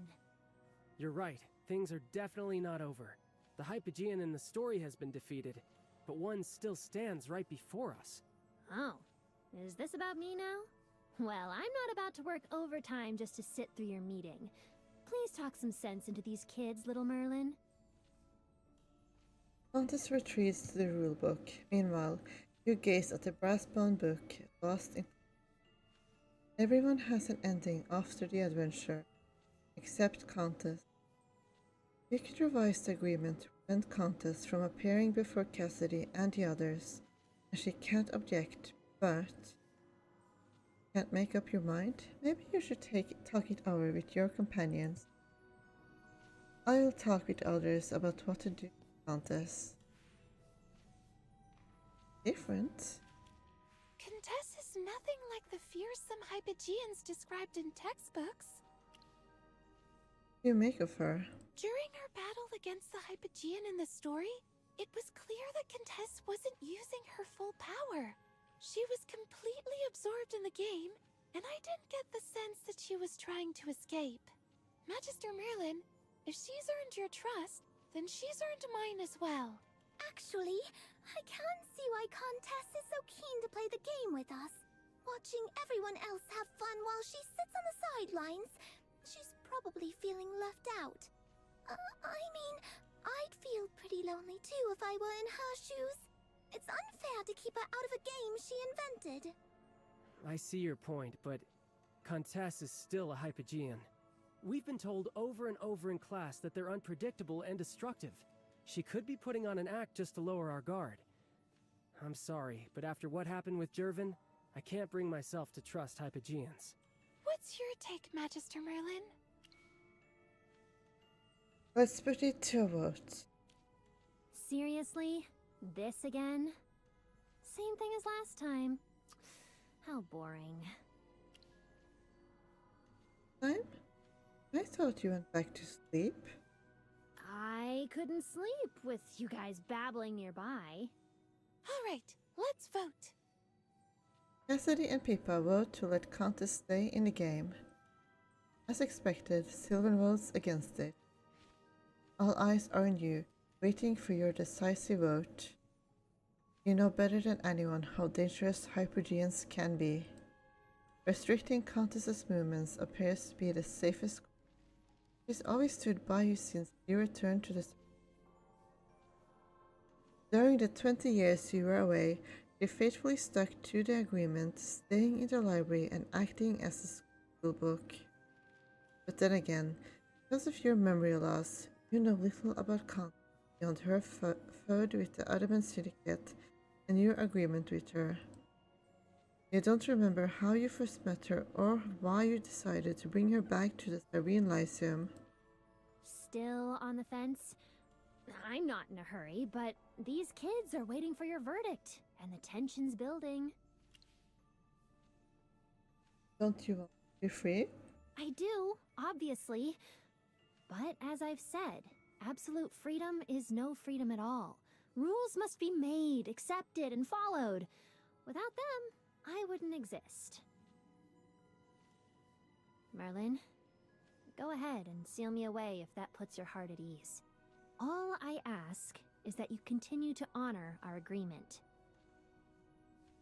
Once again, Countess vanishes from sight, leaving only the echo of her voice in the air. You realize she has never been this serious before. Magister Merlin?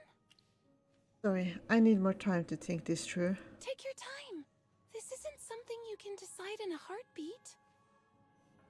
This is such a tough call. Maybe I should hear what everyone thinks again. Oh my gosh. These decisions can be difficult. Oops, sorry. My mind drifted off for a moment there. How do you feel about Countess? I feel like I can see myself in her. Countess was born a Hypogean, and my magic is inherently chaotic and difficult to control. None of us chose to be this way. Because of my unusual trait, I know what it's like to be an outcast. I think she must have gone through something similar. I was lucky to meet Professor Solis. She believed in me and got me into the Serene Lyceum. So now, I want to give Countess a chance to prove herself. We shouldn't be too quick to write her off only because she's a Hypogean.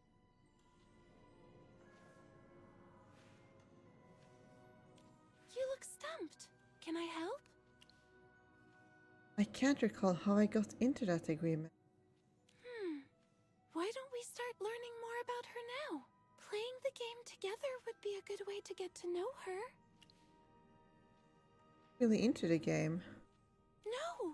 I mean, I was just speaking and behaving like I normally do. I just feel it's okay to wait until you understand her better before deciding. Sylvan, what do you think? Well, I've been going over what Pippa just said now. Maybe she's right. I once thought I knew my friend well, but I was very wrong. So, can I really decide whether Contessa is trustworthy after spending just a short time with her? I think we can go with what Cassidy suggested. Play another round of the game with her, so we can understand her better. Let's still contest our decision. You guys are finally done talking. So, what's your decision? We'll go with Cassidy's idea. Let's play another round. Oh? One more round? Isn't the game the main point? This round will decide your fate. Doesn't bother me. Whatever you all decide, I'll still be here acting as the rulebook, so I might as well make the most of this chance to have some fun. This time, I'll make sure we use a module that's more fun and exciting. But the library's too small for me to really express my creativity. Get me a spot with enough room, little Merlin. Let me think about it. Is there a place on campus that's spacious, unoccupied, and entirely under your control? The Stellar Spire, of course. Stellar Spire should be fine. Your magic tower? A boring choice, but still better than the library. Oh, and you haven't forgotten the day off you promised me, have you? Do you want to use it? I only get one day off a year, so I have to spend it on something meaningful. I'll be fine-tuning everything for the next round. No one's allowed to bother me all day. Sure. Keep your nose clean. Relax, I know what I'm doing. Get ready to have your mind blown by my story. Before you can reply, Countess makes a beeline for the lung and dives headfirst into the preparations. I have to say, Contessa is truly unlike any other Hypogean, personality-wise. How many Hypergeans have you met, Sylvan? Indeed. She couldn't be more different from the vile ones I saw in textbooks. Contess could actually be a nice Hypogean. Wait, calling a Hypogean nice does sound kind of odd. Hypergeans are never nice.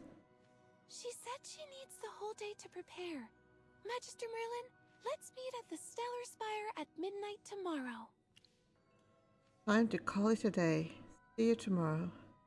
Good night, Magister Merlin. After parting ways with your companions, you head back to the Long. You spend the day relaxing. Night falls. You set out for the Stellar Spire.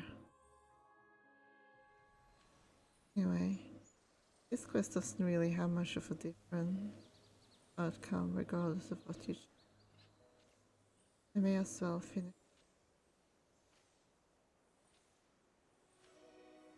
Especially since I like Countess. Getting her backstory is nice. But I just gotta BRB for a moment.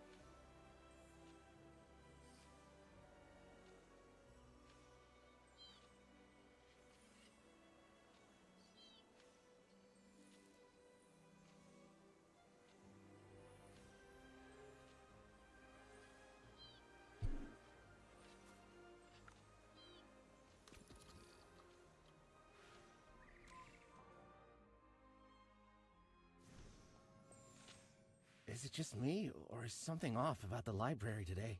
I had a tiff with my friend earlier. I thought a magic broom was gonna hit me, but it didn't. What? Do you enjoy the pain or something? Hey, no kink shaming, okay? No, the point is, I broke the school rules, but I wasn't punished. You're not the only one. Some other students have noticed that the school rules aren't as strict as they used to be. Are they still in force? Does this mean I can skip classes whenever I want? Listening to the students make you realize just how essential Countess is, which is why she's allowed only one day of rest each year. Hang on. The agreement restricts Countess to the library, so she can't move freely. She will have to go with you to reach the Stellar Spire. You head back to the library and see Countess sitting by the rulebook, staring blankly into the distance. You're finally here, Merlin! I'm glad you remembered to come for me. Come on, let's go! I can't wait to start the game! You take Countess out of the library under the cloak of darkness.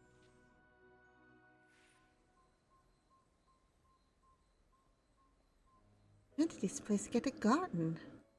Wow, there's even a little fountain.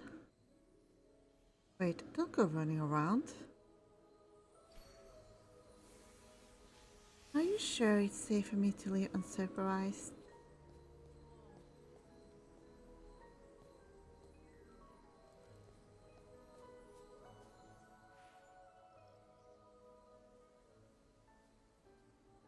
Hold on.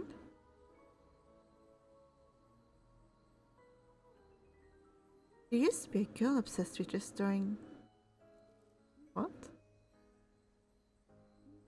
Yeah, she did a very good job.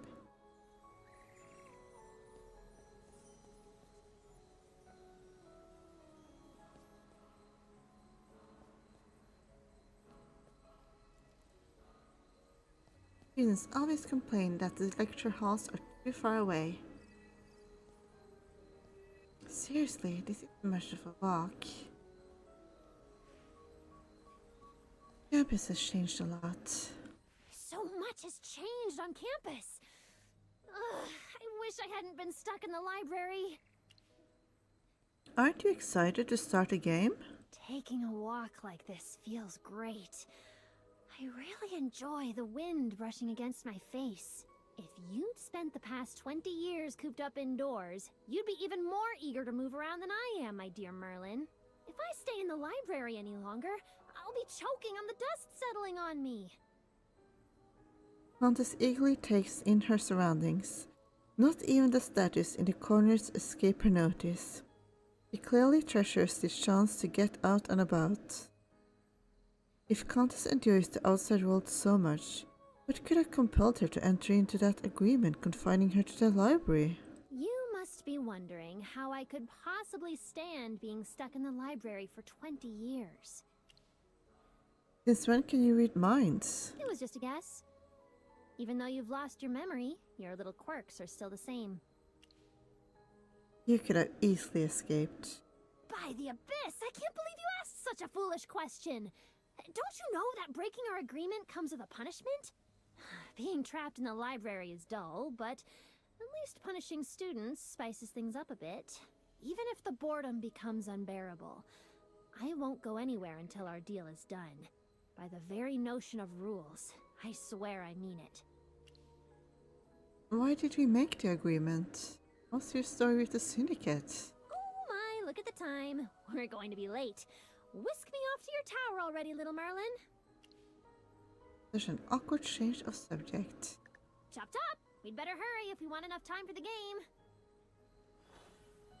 Countess seems reluctant to answer. Let's just go to the tower first.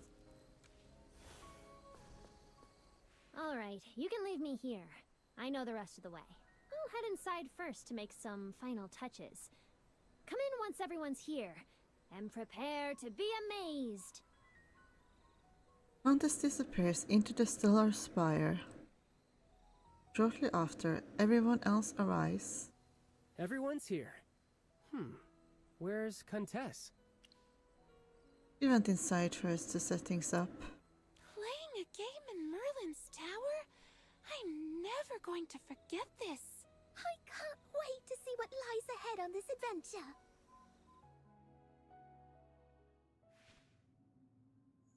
The stellar spire is completely empty. Countess is nowhere to be seen, and even Cranky isn't here to greet you with treats like usual. Where's Countess? Could she... Suddenly, a mysterious gust of wind blows your way. Along with it comes a letter. Is this a commission? During your last adventure, you overcame the wicked Hypogean and saved Duncan, earning widespread fame. Yet Duncan has not truly found peace. Evil forces persist and unseen dangers still prowl. For reasons unknown, Hypofiends have suddenly attacked Hallsberg, a village that was normally safe. Desperate and out of options, the mayor now calls upon you to vanquish this threat. Look at that! Is that a portal?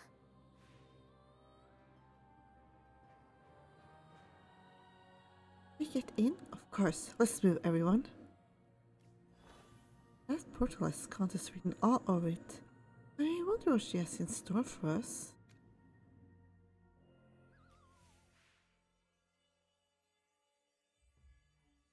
A glaring light engulfs you the moment you step through the portal. When you open your eyes again. What's happening? Are we still in my tower? Is this Houseburg? Wait, this place really exists? I thought it was fictional. From the magic flowing around us, I can tell we're still within the tower. But what we're seeing here is... Welcome, Legend Makers. Hausberg needs your help. Frankie? Greetings, Master. But in this story, I'm the mayor of Hausberg. Frankie, what's this about? Countess built this illusory world within the simulacrum realms to create a more immersive experience. This is an enchanted space that can replicate specific environments as needed.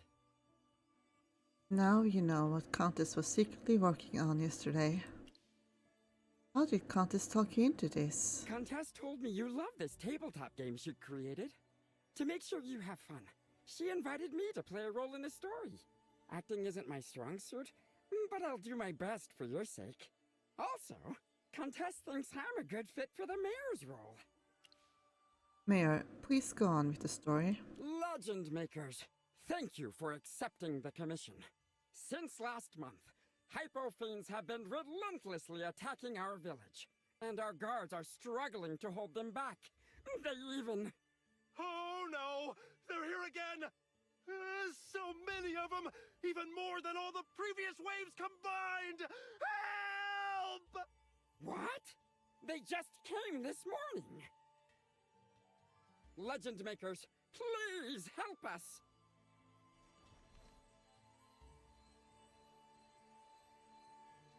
Hyperfiends are swarming in from everywhere. Countess really went all out this time.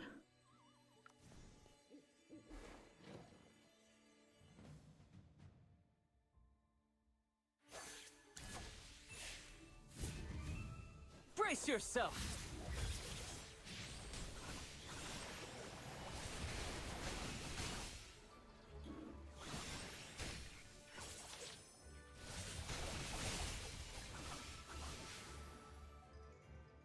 Too close for comfort. Phew, they're all gone at last. A battle right from the start? Didn't see this coming. Good thing the Hypofiends weren't too hard to handle. What's the matter, Cassidy? Are you hurt? Oh, I'm fine. Just pondering something. Don't these Hypofiends seem a bit strange? Hypofiends are aggressive toward humans, but it's unusual for them to carry out a large-scale attack on a specific target like this. There could be a special cause behind their assault. The letter says the attacks occurred for unknown reasons. Legend Makers, thank you for driving away the Hypofiends. The villagers wish to hold a modest feast to show their gratitude. Would you be free to attend? A feast would be a perfect chance to dig up more clues. All the villagers will be there, and in the festive atmosphere, they'll be more likely to let their guard down and answer questions. Sylvan, don't tell me you're planning to charm them with your dance again. Ahem. Well, I'll step up if the situation calls for it. Where will the feast be held? It'll be at the Central Plaza. However, because of the Hypofiends, the village lies in disarray, with much of its infrastructure damaged. The feast cannot be held until the restoration is complete. Some villagers are chatting over there. Let's listen in and see if we can pick up anything useful. Ouch, I got hit by a blasted Hypofiend. One day I'll slaughter them all. Ow! Ow! Ow! Can you just lie down and stop bragging? The Hypofiends just won't stop coming. If this keeps up, we're done for. Don't lose heart. The mayor's brought in some great help this time. We could actually get rid of the monsters for good. I admire your optimism. But this isn't the first time help has come. We're still the ones left suffering, while they simply pocket our money and walk away. They were outright scammers who did nothing, and the problem just keeps getting worse. Hausberg was once a safe haven.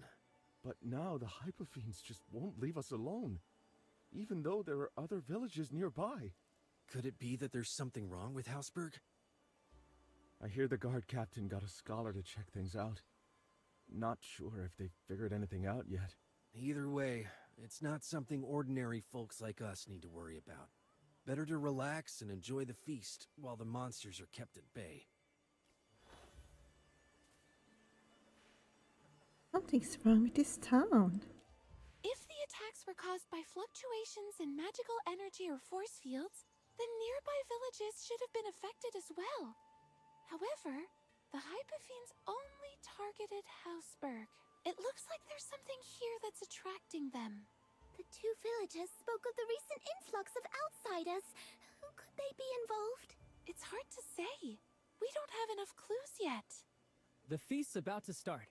Let's head to the plaza. Nothing should go wrong at the feast, right?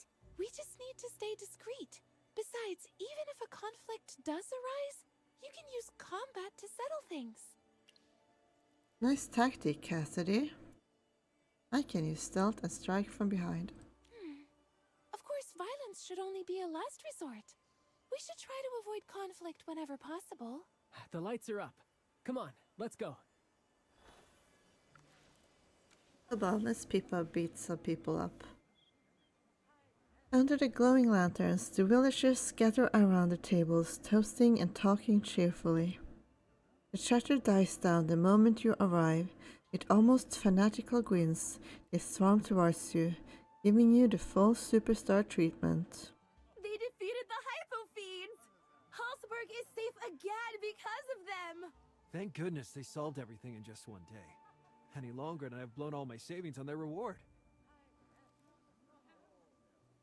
After a fan meeting session, the fervent crowd finally backs off. Wow, they're way too enthusiastic. It's a bit much to handle. Something doesn't feel right. Magister Merlin, did you catch what they said? They said we've sold everything. Yeah, that seems odd to me as well. Wouldn't the villagers want us to stick around longer to make sure the Hypofiends are really gone? But they kept saying the attacks are over and that Hausberg is safe. I have a feeling they actually want us to leave sooner rather than later. What are these people up to? Could there be something going on that we don't know? Relax, Pippa. This could actually work in our favor. Their desperation has given us an opening for investigation. When the villagers came at us just now, some stayed calm and kept their distance. Did anyone notice? These people might have the answers we're looking for. You're right. They were observing us from afar. I thought they were up to no good, so I kept an eye on them. Turns out I completely misread the situation. Nice work, Pippa. Now we know who to go after. Thanks to Pippa, you managed to identify 4 villagers to speak with. The first is Terence, the guard captain. He is said to know more about hypothenes than anyone else in Habsburg. Next is Sandra, the scholar. The scholar Terence brought in to study the hypothenes. She had a conversation with Terence earlier, but it didn't end well. Third is Odom, an ironware supplier.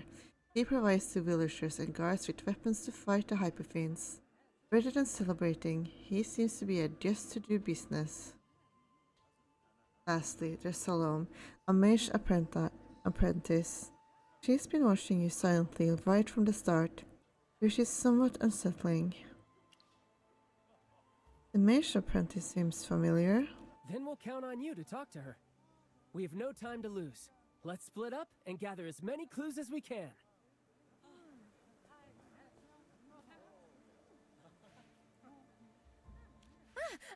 I know you. I've heard so much about you, but this is my first time seeing you in person. Oh my, you guys wiped out those hypothenes without breaking a sweat. Incredible! If it weren't for you, the guards wouldn't have stood a chance. All of Habsburg might not have made it through today. I guess this is what sheer power looks like. Not even 100 villagers could accomplish what you just did. I don't think so. But I'm telling the truth. If everyone, no, even if just 5 villagers were as strong as you, Habsburg wouldn't have to fear the hypothenes. I'm willing to do whatever it takes to become a better mage. I hope to reach your level one day, or even become the greatest mage of all. As Salome speaks, her eyes burn with a fervor so fierce it verges on intimidating. Up close, she doesn't radiate any strong magic. Her magical talent is only average at best, and she certainly knows it. And yet, she still dreams of becoming the world's strongest mage. What keeps that hope alive? Maybe you can get her to open up. Use sense and read her thoughts. A roll of 12 or above is required to use the sense skill. Rolling the die. You rolled a 15. The action is successful. You study Salome, and she meets your gaze with wide eyes and a dreamy smile. There is a hint of smug confidence in her grin. Could she have found a way to boost her mana? Maybe you can pry some details from her. Have you found a way to boost your mana? You must have worked very hard. You know it too? Of course. You're a legend maker after all. I know magic's all about talent. Someone once said that I was too mediocre to ever succeed, but I refused to believe it. Thankfully, I met an amazing master who helped me improve drastically. Turns out my previous master just wasn't competent enough. My master assured me I would become as powerful as him one day. There's some mage like him here? What for? To show him you're more gifted and worthy of being his student than me? No way. This is a chance I've worked my tail off for. I don't need to learn from him. Oh, I see. Right. You're already skilled enough. Once I finish training with my master, I'll become as capable as you. I can't wait for that day to come. Soon, the plaza quiets down as the feast is about to end. You and your companions gather in a scheduled corner to share your findings. Terence, the guard captain, and his men have been tracking the hypothenes' activities. He has noticed that their attacks are becoming more frequent. He has passed the data to Xandra, the scholar, who concludes that the hypothenes are likely to launch their largest attack on Habsburg in just 2 days. Which means we only have 2 days to get to the bottom of things. A month ago, Xandra noticed an unusual magic source in Habsburg. The very thing drawing the hypothenes to the town. That led her to reach out to Terence, hoping to investigate the magic source, and in the process, strengthen her own mana. However, recent evidence suggests that the magic source came from outside. The fact that Xandra is an outsider has eroded the trust between her and Terence. Also, Sandra suspected that someone was getting in the way of her research, so she asked us to help her out. I talked to the weapon guy, Odom, and he seemed really fishy. He might be involved in the plot behind the Hypo Fiend attacks, but he doesn't know much. Probably just a pawn. His weapons store wasn't doing well when things were peaceful, but ever since the Hypo Fiend showed up, his business has been booming.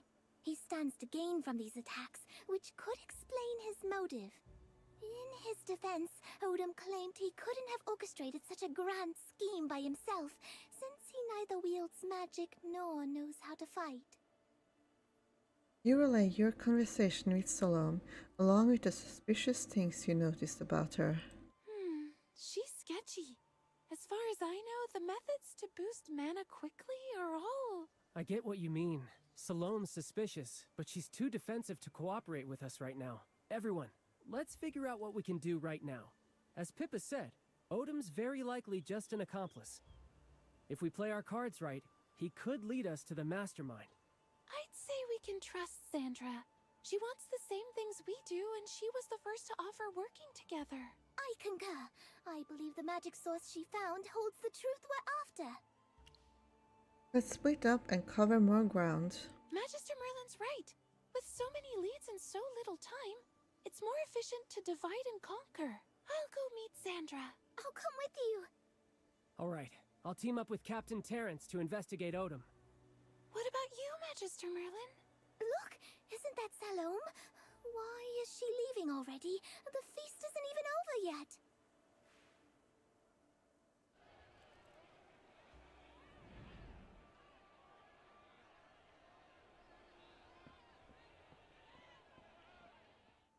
She seems anxious. Could she be on her way to meet her master? Whatever it is, it's a good opportunity to pick up some clues. Let's follow her. Hold on. I can sense a detection spell around her. If we follow her recklessly, we'll give ourselves away. Aha, the stage finally mine. A roll of 16 or above is required to use the stealth skill. You rolled a 16. Thin, watery film envelopes you. Your body feels lighter and seems to emerge with air itself. Where's Merlin? Don't worry, I'm fine. Let me follow Salome. Be careful, Magister. Let's find out what she's up to.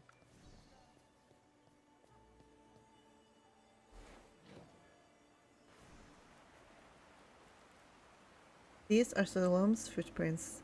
She's right ahead.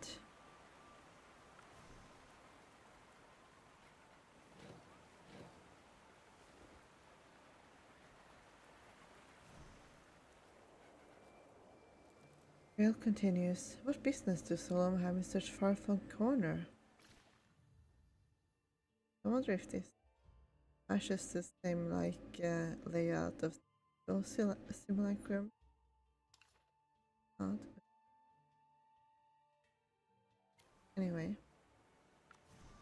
On.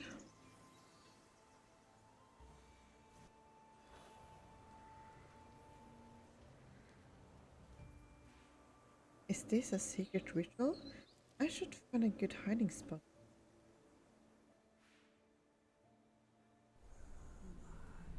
We shall begin.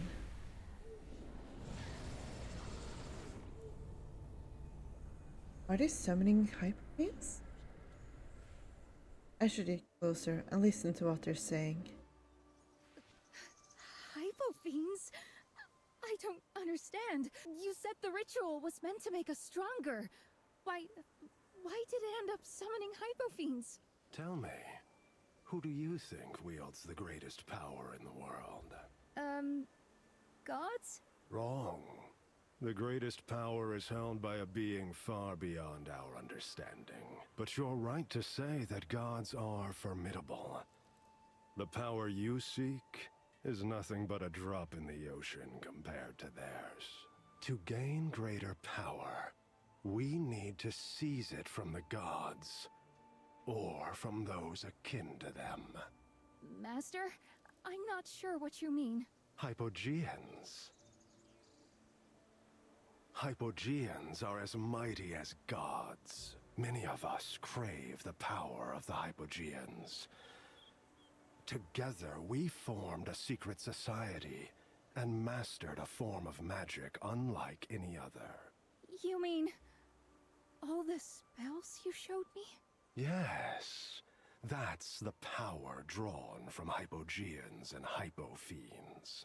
Unlike the power of gods, which you can only receive passively, this is a power you can seize at will. This power can make you the greatest mage in the world. You'll become hundreds, even thousands of times stronger than those so-called legend makers. I can't believe I missed the opportunity. Wait, the cute is similar to Yvonne, the blue hair. They both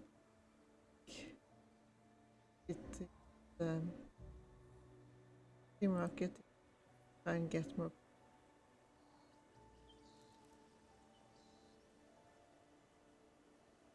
Connect. Just that they have a limited amount of hairstyles.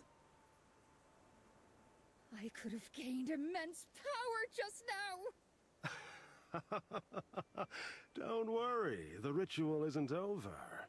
You still have another shot. Of course, it's also possible that like characters aren't like perfectly like they were in the actual backstory of Kantashi is like embellishing the details in a way that will be more relatable to the characters or the players or something. And that's part of why. Anyway. Summoning Hypofiends was only the first step. Now our goal is to call forth a Hypogean. We'll claim its power and become masters of dark magic! They're out of their minds, just as you are ready to take down the Hypofiends and destroy the magic circle. Behold this magnificent undertaking!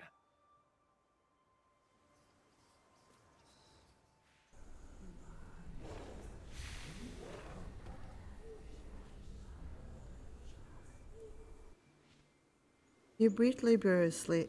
You breathe laboriously as your heart hammers against your ribs. Everything around you is utterly silent, and your mind goes blank.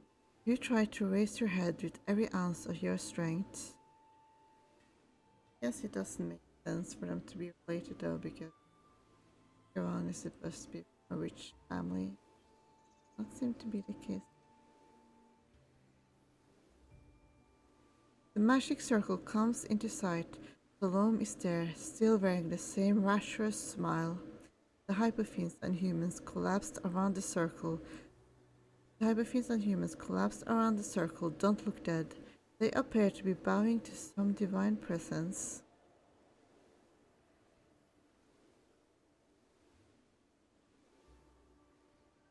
As the magic circle keeps absorbing mana, a darker, more corrupted form begins to take shape at its center.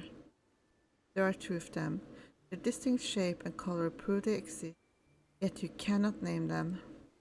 The greatest power is held by a being far beyond our understanding. The President's voice resounds in your mind, joined by a torrent of frantic whispers. A roll of 20 or above is required to declutter your mind and regain clarity. Rolling the dice. You roll a 20. Fate grants you a clear vision. The whispers wane, allowing you to see what lies at the center of the magic circle. An ancient brass book and a 20-sided die hover at the center in silence. Sided die.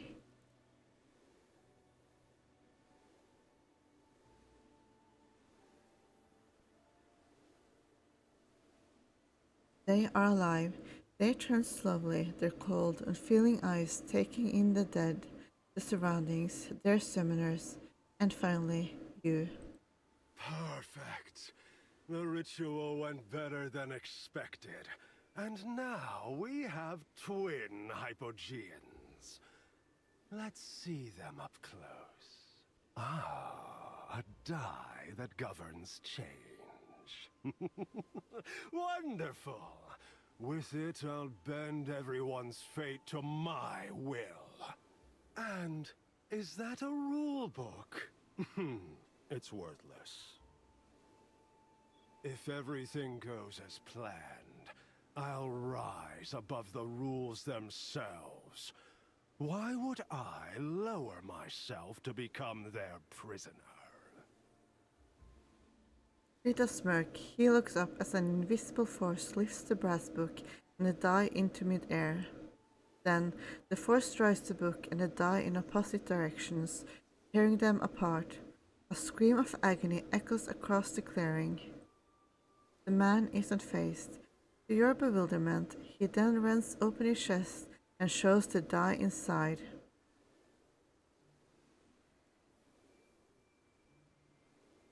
He has devoured that die. All right, the ritual's over. Take that book back for research and make sure to clean up. I'm not one to leave a mess behind. You realize he's actually alone, directing his subordinates remotely. This might be your only chance to stop him. What will you do? Charge out and stop him. Attack him from the shadows. You make your decision, but nothing happens. Without change, you can no longer make a difference. What should you do? You are forced to stay in place. You are forced to stay in place. Unable to move, you watch the president walk away. Suddenly, the silence is shattered as the brass book quivers and struggles to rise. It scrambles off, desperate to escape the ritual site. All that remains is the empty magic circle and a ground littered with lifeless bodies. Is there anything else you want to do? I can't let that book get away. Even a weak hypogean can be dangerous and must be subdued. Moreover, you will need the power of rules to take on the secret society's president. The hypogean that controls the rules is strikingly similar to Countess. Perhaps she modeled it after herself, but who does the die represent? Is it just a character Countess made up for the story? Would she really invent a sister for herself just for fun? Fear and disorientation fade, replaced by confusion. With control of your legs restored, it's time to move. Tracking down the escaped hypogean is my immediate priority. A roll of 16 or above is required to use the sense skill, but rolling the die. You are unable to roll the die. With the president in possession of die, your fate is set in stone, and you are unable to act as you wish. There is only one path you may take. A chaotic, blazing trail emerges on the ground. The flames point towards the northwest, marking the path the hypogean took in its escape.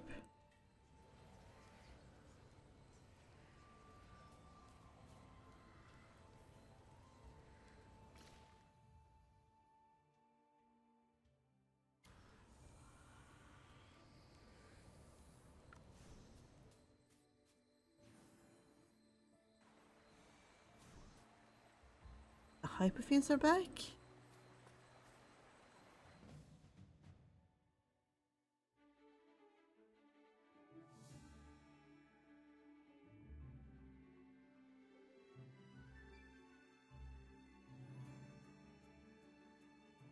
I'm all Chaos holds no place in my soul. What gift shall we bestow? The bat. I suppose even I have to work. They seem tougher than the previous wave. Yay, Stitchy! We won! Whatever the case, I must track down that book first. Help us. I can't breathe. Did the hypofiends attack you? No, the hypofiends didn't hurt us. They came, and we escaped. But when we got here, suddenly we couldn't breathe. My whole body aches. My bones hurt. My eyes feel swollen. It's like something's growing inside me. Did you get impregnated by something? The villagers moan in pain. They had no external wounds, yet their skin is alarmingly hot and their limbs twitch from time to time. A familiar aura emanates from them, and you recognize it as dark magic. Please, help us. My character skills aren't suitable. Even though these villagers are only illusions, you can't bring yourself to ignore their suffering. Try to dispel the dark magic. I feel so much better now. Thank you so much. Make sure you get Cassidy's help right away. The villagers thank you profusely, supporting one another as they slowly make their way home. You know the problem isn't truly solved. The dark magic afflicting the townsfolk is infused with the power of rules, and even your own magic can only suppress it temporarily. At present, the most urgent task is to track down the Hypergeans summoned by the ritual. The trail is fading. The Hypergean is running out of strength.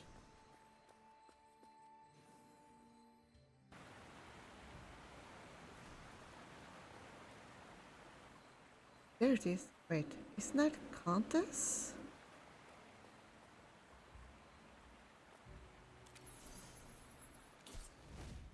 The Hypergean slumps weakly to the ground. Cassidy, Countess, what are you doing here? Aren't you the game master? You get it. Countess wants to be part of the game, just like last time. But now she's ignoring you. Is it because you aren't fully immersed in the story? That's right. You shouldn't have called her Countess out of the blue. Correct yourself and get back into character. Hey, Hypergean. Hey, rulebook. The Hypergean remains silent, lying listlessly on the ground and staring blankly at the lake. With such a feeble aura, she's barely hanging on. She ignores you completely, showing no intent to fight or flee. Her eyes flutter, then close again. She seems to have lost all will to live. You need a more effective way to rouse her. Write new rules on her. You are after her power anyway. Now is your chance to find out what the rules can do. Let's write new rules in the book.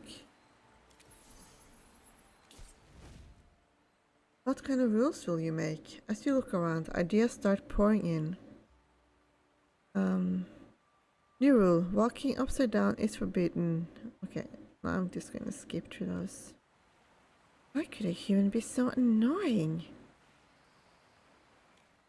Are you done yet? What exactly are you after, human? I told you, never say a word. You're even more uninteresting than I expected. Stop trying. No matter what you do, these new rules can't take effect. Listen, even though I command the power of rules, I cannot supersede the laws of this world, including the fundamental laws of physics and magic.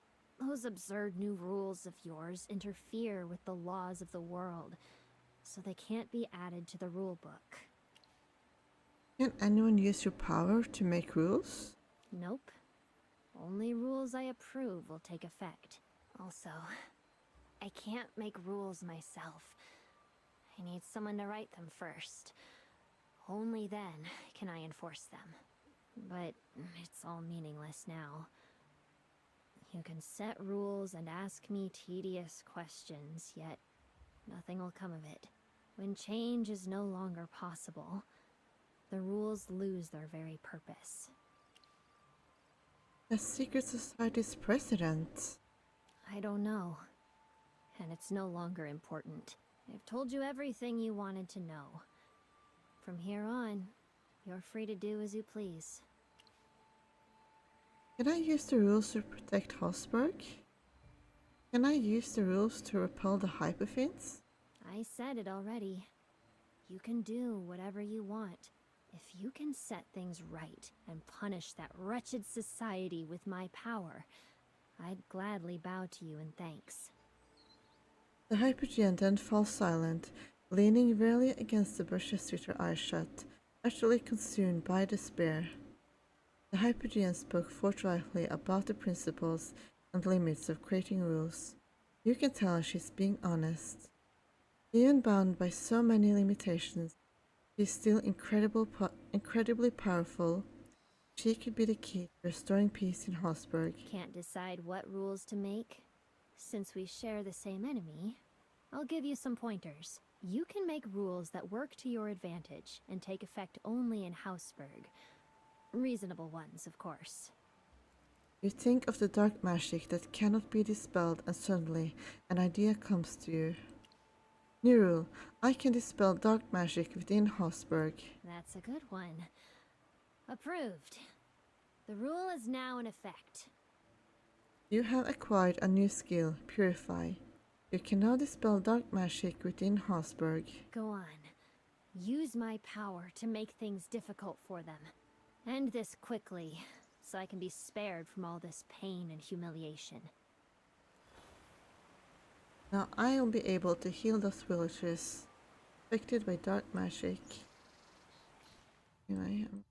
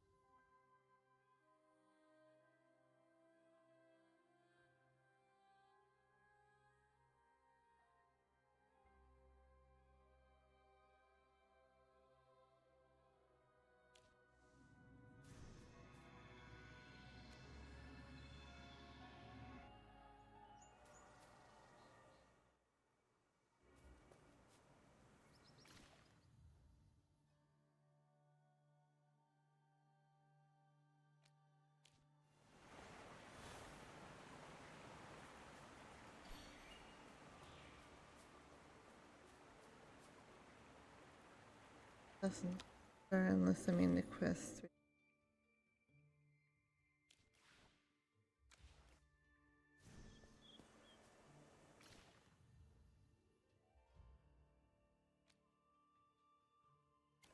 I guess it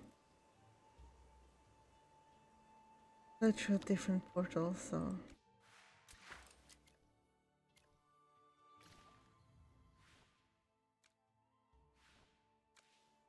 Alex is all.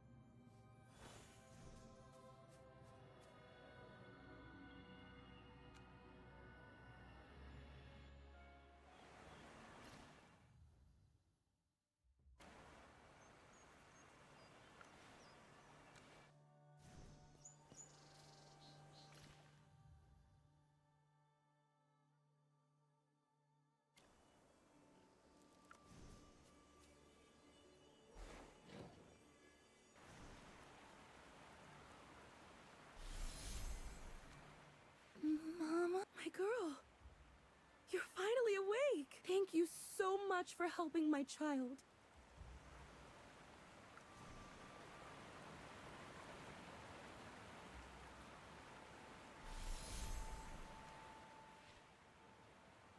Thank you so much.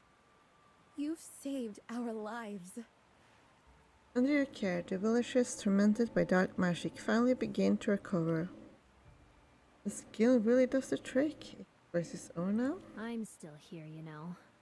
A Hypogean. Everyone, the mayor just called for an emergency evacuation. The largest wave of hypofiends ever is closing in. We won't survive if we stay put. Oh no. Are we all gonna die? Don't worry, I'll protect you. Ha! You're one of the legend makers. You and your companions can help us. Your companions are already at the front lines, and they've sent me to get you. Go meet them at the village entrance. I'll go right away. Rocket while you can. Please be careful. Anyway, at least no one here seems to be racist against wolves.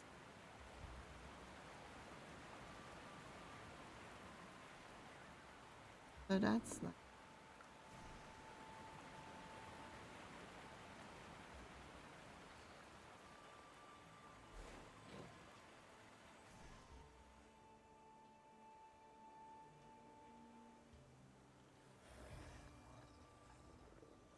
That seems to be part of the... Magister Merlin, you're finally back! Are you okay? Don't worry, we're just a little worn out. The Hypofiends are much stronger than we thought. There are just too many of them. We couldn't hold them off in our last fight. We can't act rashly now. What exactly happened? After you left to follow Salome, I went with Captain Terrence to check on Odom. As we suspected, Odom has been colluding with a secret society from outside Houseburg. He helped them sneak into the village, and in return, they promised to revive his failing business. Odom confessed that the Hypofiends were lured in by the secret society. Over time, the society stopped contacting him for help and began showing up in the village as Hypofiend hunting adventurers. Oh, remember the crowd that swarmed us during the feast? That was also their doing. They wanted us to believe the danger was gone. You share what you witnessed at the summoning ritual. I see. Now it all adds up. The secret society must have run several trial rituals before the official one, unleashing dark magic across the village. That's what attracted the Hypofiends. The dark magic from the official ritual was far more intense than before, so now we're facing a Hypofiend wave capable of destroying the entire village. Things are crystal clear now. Odom is merely a pawn, and the secret society is the mastermind. Oh, and before we left, we grabbed all the weapons from Odom's store. The Game Master said they'll boost our team's overall combat strength and defense. Why didn't they help in the battle? Good question. It's because those Hypofiends kept reviving over and over. Five? Yes, they pieced themselves back together and came back to life sometime after being defeated. According to Sandra, these Hypofiends were formed by dark magic. You reflect on the sinister ritual and how the secret society used dark magic to conjure Hypofiends in order to summon the two Hypogeans. You wondered what happened to the Hypofiends created that left you news during the trial rituals. But now it's clear the secret society set them free, letting them attack the village. Hypofiends should disintegrate when defeated, but as long as dark magic persists, they can revive endlessly. At this rate, we'll soon be out of energy. By the way, Sylvan did something outrageous just now. He actually thought it was a good idea to have Cassidy mimic the dark magic aura and act as bait to buy time. Can you believe it?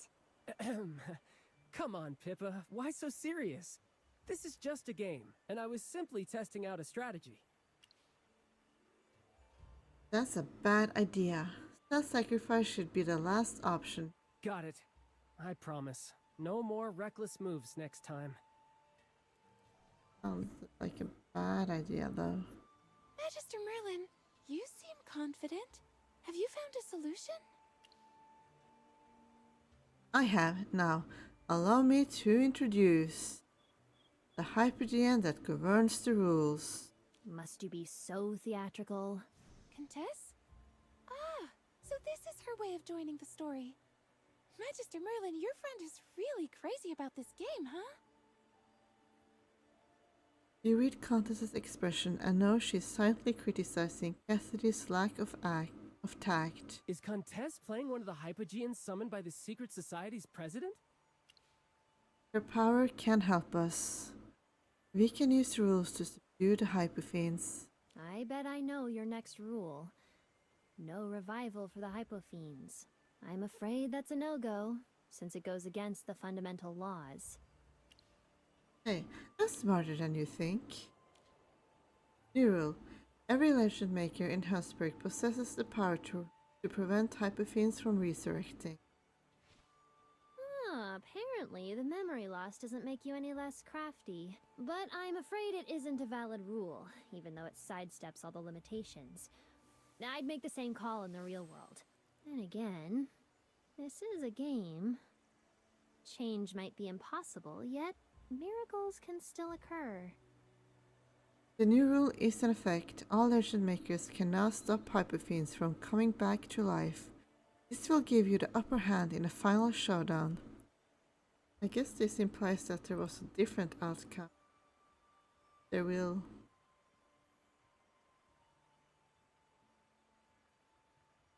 Actually, she'll, like, accepted it because it's a game, so in the real scenario she wouldn't accept it, so there must have been a different outcome then.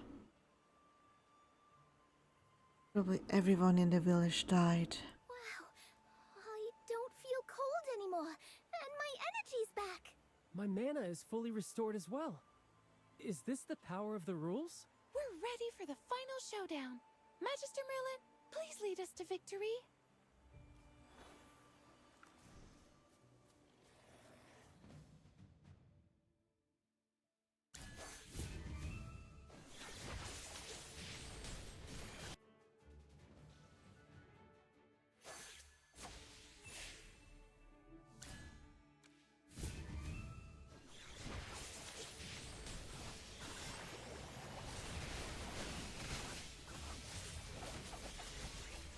Great, now the Hypofiends are weaker and I can no longer resurrect.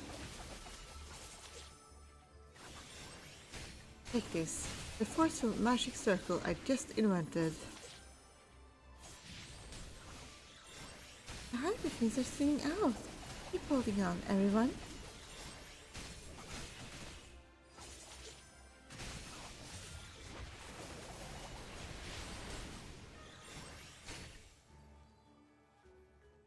Too close for comfort. We did it! The Hypofiends are gone! We've uncovered the truth behind the attacks and saved Hausberg. Is this the end of our adventure? No, because I'm still here. But you are... I'm a Hypogean, the very cause of the Hypofiend attacks. Don't fret. All you have to do is seal me away. Why? That's just the way things are. Hypogeans are meant to be sealed by humans. Since the Secret Society has beaten a hasty retreat, there's no reason for me to stay here. I haven't given up revenge, though. When I break free of my seal, I'll settle the score with that president. The grudge is between him and me alone. Now, go ahead and seal me. I won't fight back. You're doing me a favor. The Hypogean closes her eyes. What seems like a choice born of despair is in fact a moment of relief.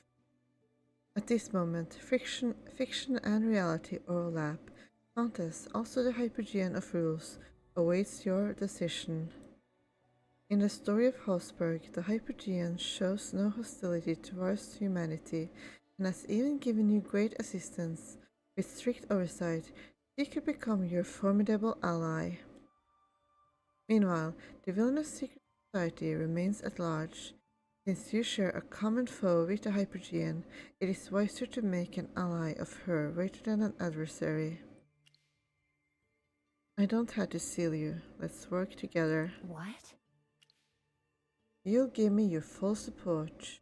A Hypogean human alliance to bring down the secret society?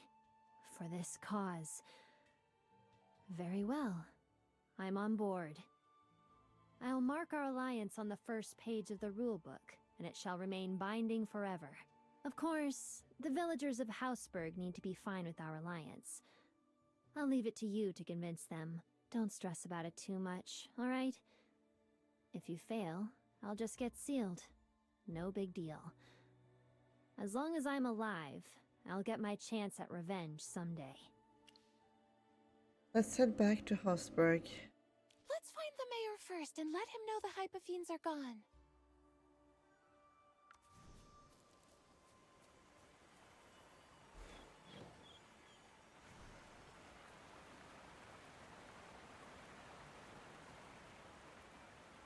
This also probably didn't take place in an actual village last time, right? It's like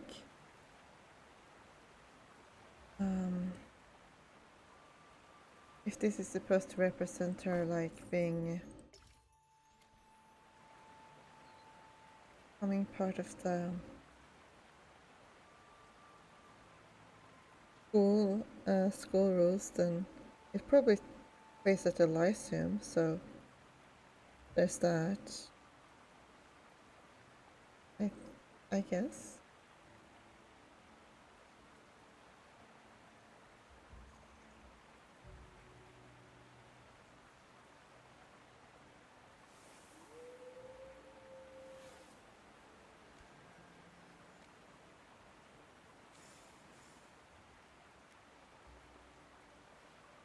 Thank you for saving Hausberg, Legend Makers.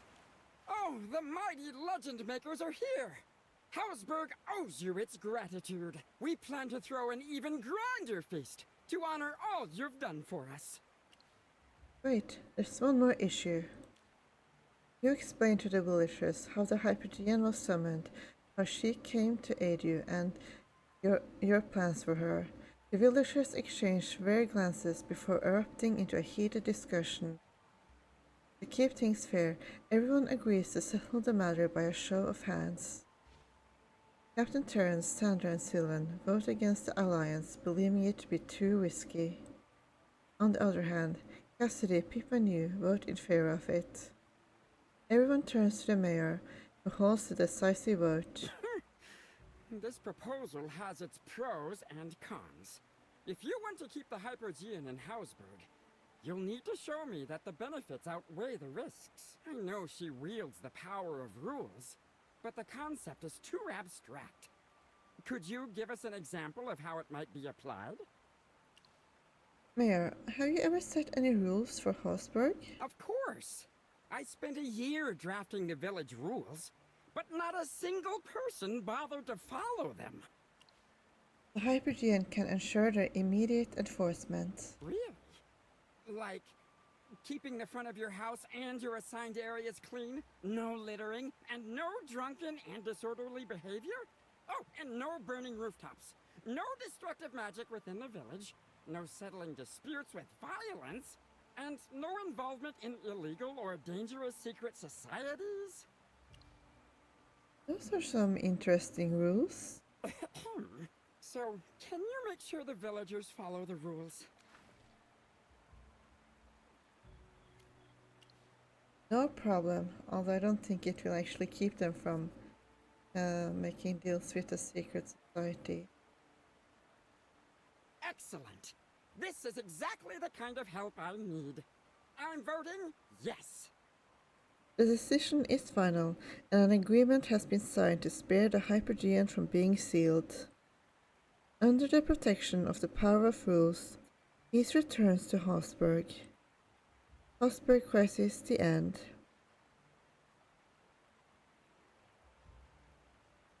Light engulfs your vision once again, and the illusory realm unravels into nothingness. When you open your eyes again, you find yourself back in the library. Is it over already?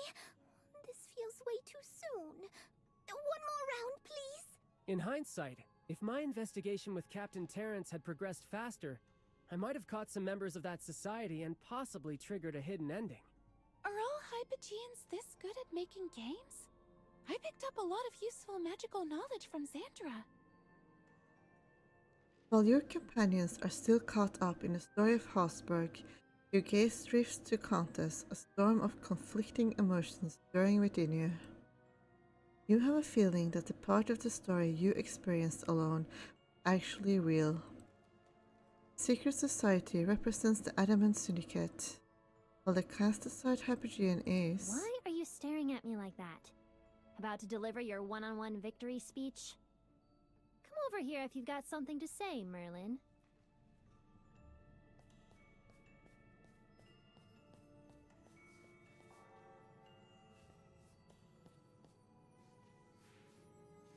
Looks like you already figured it out. Let me guess. You want to know if the story of Habsburg is true, right? Reading my mind again? After all these years, I can still read you like an open book. You're right. The story of Habsburg is something you lived through yourself. In fact, it's history you made. Dark mages of the Adamant Syndicate came together, coveting a power that wasn't theirs to take. Their leader, Pride, brazenly summoned 2 Hypogeans into this world. That was me and my twin sister. A book that holds the rules, and a die that governs change. Considering himself a supreme being, Pride yearns to control change and disregards the rules. He separated me from my sister, devoured her, and claimed her power. Then, he simply cast me aside and left me for his underlings to study.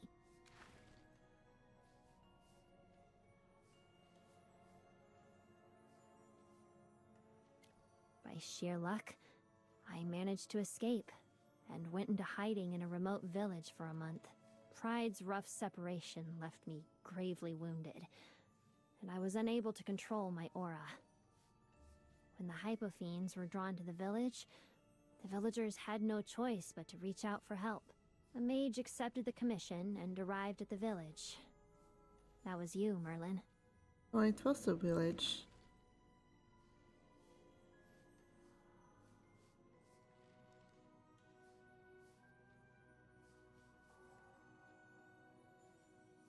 After all,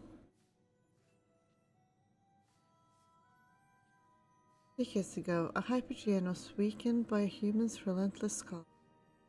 She fought through the pain and forced her eyes open. What's your name? How dare you demand a Hypogean's name, mage? You really are something else. I'm Countess, the Hypogean of rules. The first rule appears in a once empty rulebook, detailing your collaboration with Countess. Much like the story of Habsburg, you face the same dilemma after rescuing the village. Did you seal Countess? The Hypofiends attacked the village because of me. Do the right thing and seal me. I won't seal you. What? You'll give me your full support. You'll stay in the Siberian Lyceum under my supervision. Merlin? What a weirdo. Countess accepts your offer. You call an internal meeting of the Arcane Council to discuss the issue. The vote is 4-3 against sealing Countess. As a result, Countess ends up in the Siberian Lyceum. I see your point. Merlin, I understand why you want to do this.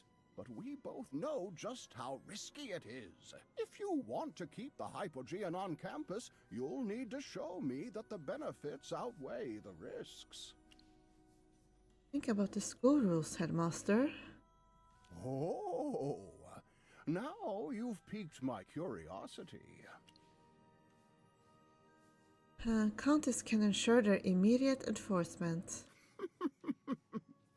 My. Using the very rules you love to ignore as your trump card. You really have grown bold, Merlin. Very well. I'll let her stay. One more thing, Merlin. It's good that Countess can help enforce the school rules, but that's not the main reason I need her here. What truly excites me is research. A living Hypogean on campus is a scholar's dream. She may even hold the missing pieces to the ultimate theory of magic we've been chasing for years. Don't pretend you didn't dangle that carrot in front of the Arcane Council yourself. Thank you, Headmaster. As if I could stop you even if I tried. If I turned you down today, you'd simply return tomorrow with a brighter smile and an even stranger plan. Once you decide on something, Merlin, the world bends sooner or later. Student or professor, you've never changed. From now on, contests will remain on campus and act as the school rules. As for what came next, you already know. You piled a ton of work on me, went off to save the world, and disappeared for 20 years. After all this time waiting for you to come back, you don't remember a thing about our deal. By the abyss, my life is hard. Shouldn't you make it up to me, little Merlin? What should I ask of you?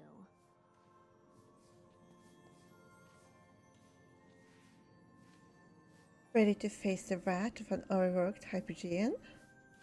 I've decided what I want from you. Whatever it is, it can't go against my principles. Seriously? No room for negotiation? You're so boring. Actually, I just have one question for you. Why didn't you seal me back then? If you just needed my power to topple the Adamant Syndicate, you could have sealed me first and extracted it. I can't help being curious. Out of all the villains who repented and pledged loyalty to you, why did you choose me, a Hypogean? Is this why you made me revisit my... Really care about my answer? I just want to know what's running through your quirky little mind. Why, Countess? You might respect when you met her on the tabletop game. By the overgrown lakeside bushes, Countess lay with her eyes closed, overwhelmed by despair. Maybe you believed she wasn't wicked at heart, unlike other Hypogeans. Or maybe it was your compassion that compelled you to help someone who had surrendered every will to live. You had no problem explaining the most complicated magical principles, yet this matter leaves you stumped. Countess doesn't need to know this. Just come up with something convincing and make her believe it. I don't remember why. It was my mage's instinct. I'll compensate you some other way than answering this. I knew you wouldn't give me a serious answer, just like every other time. Hats off to you, Merlin. Even with amnesia, you're still as vigilant and sharp as always. So, you know all about my past now. It's time to make your decision, Merlin. Back to the first question. Will you revert the rules so that Countess can no longer appear in front of anyone but you? This time, you make your choice without relying on the dice. A few days later.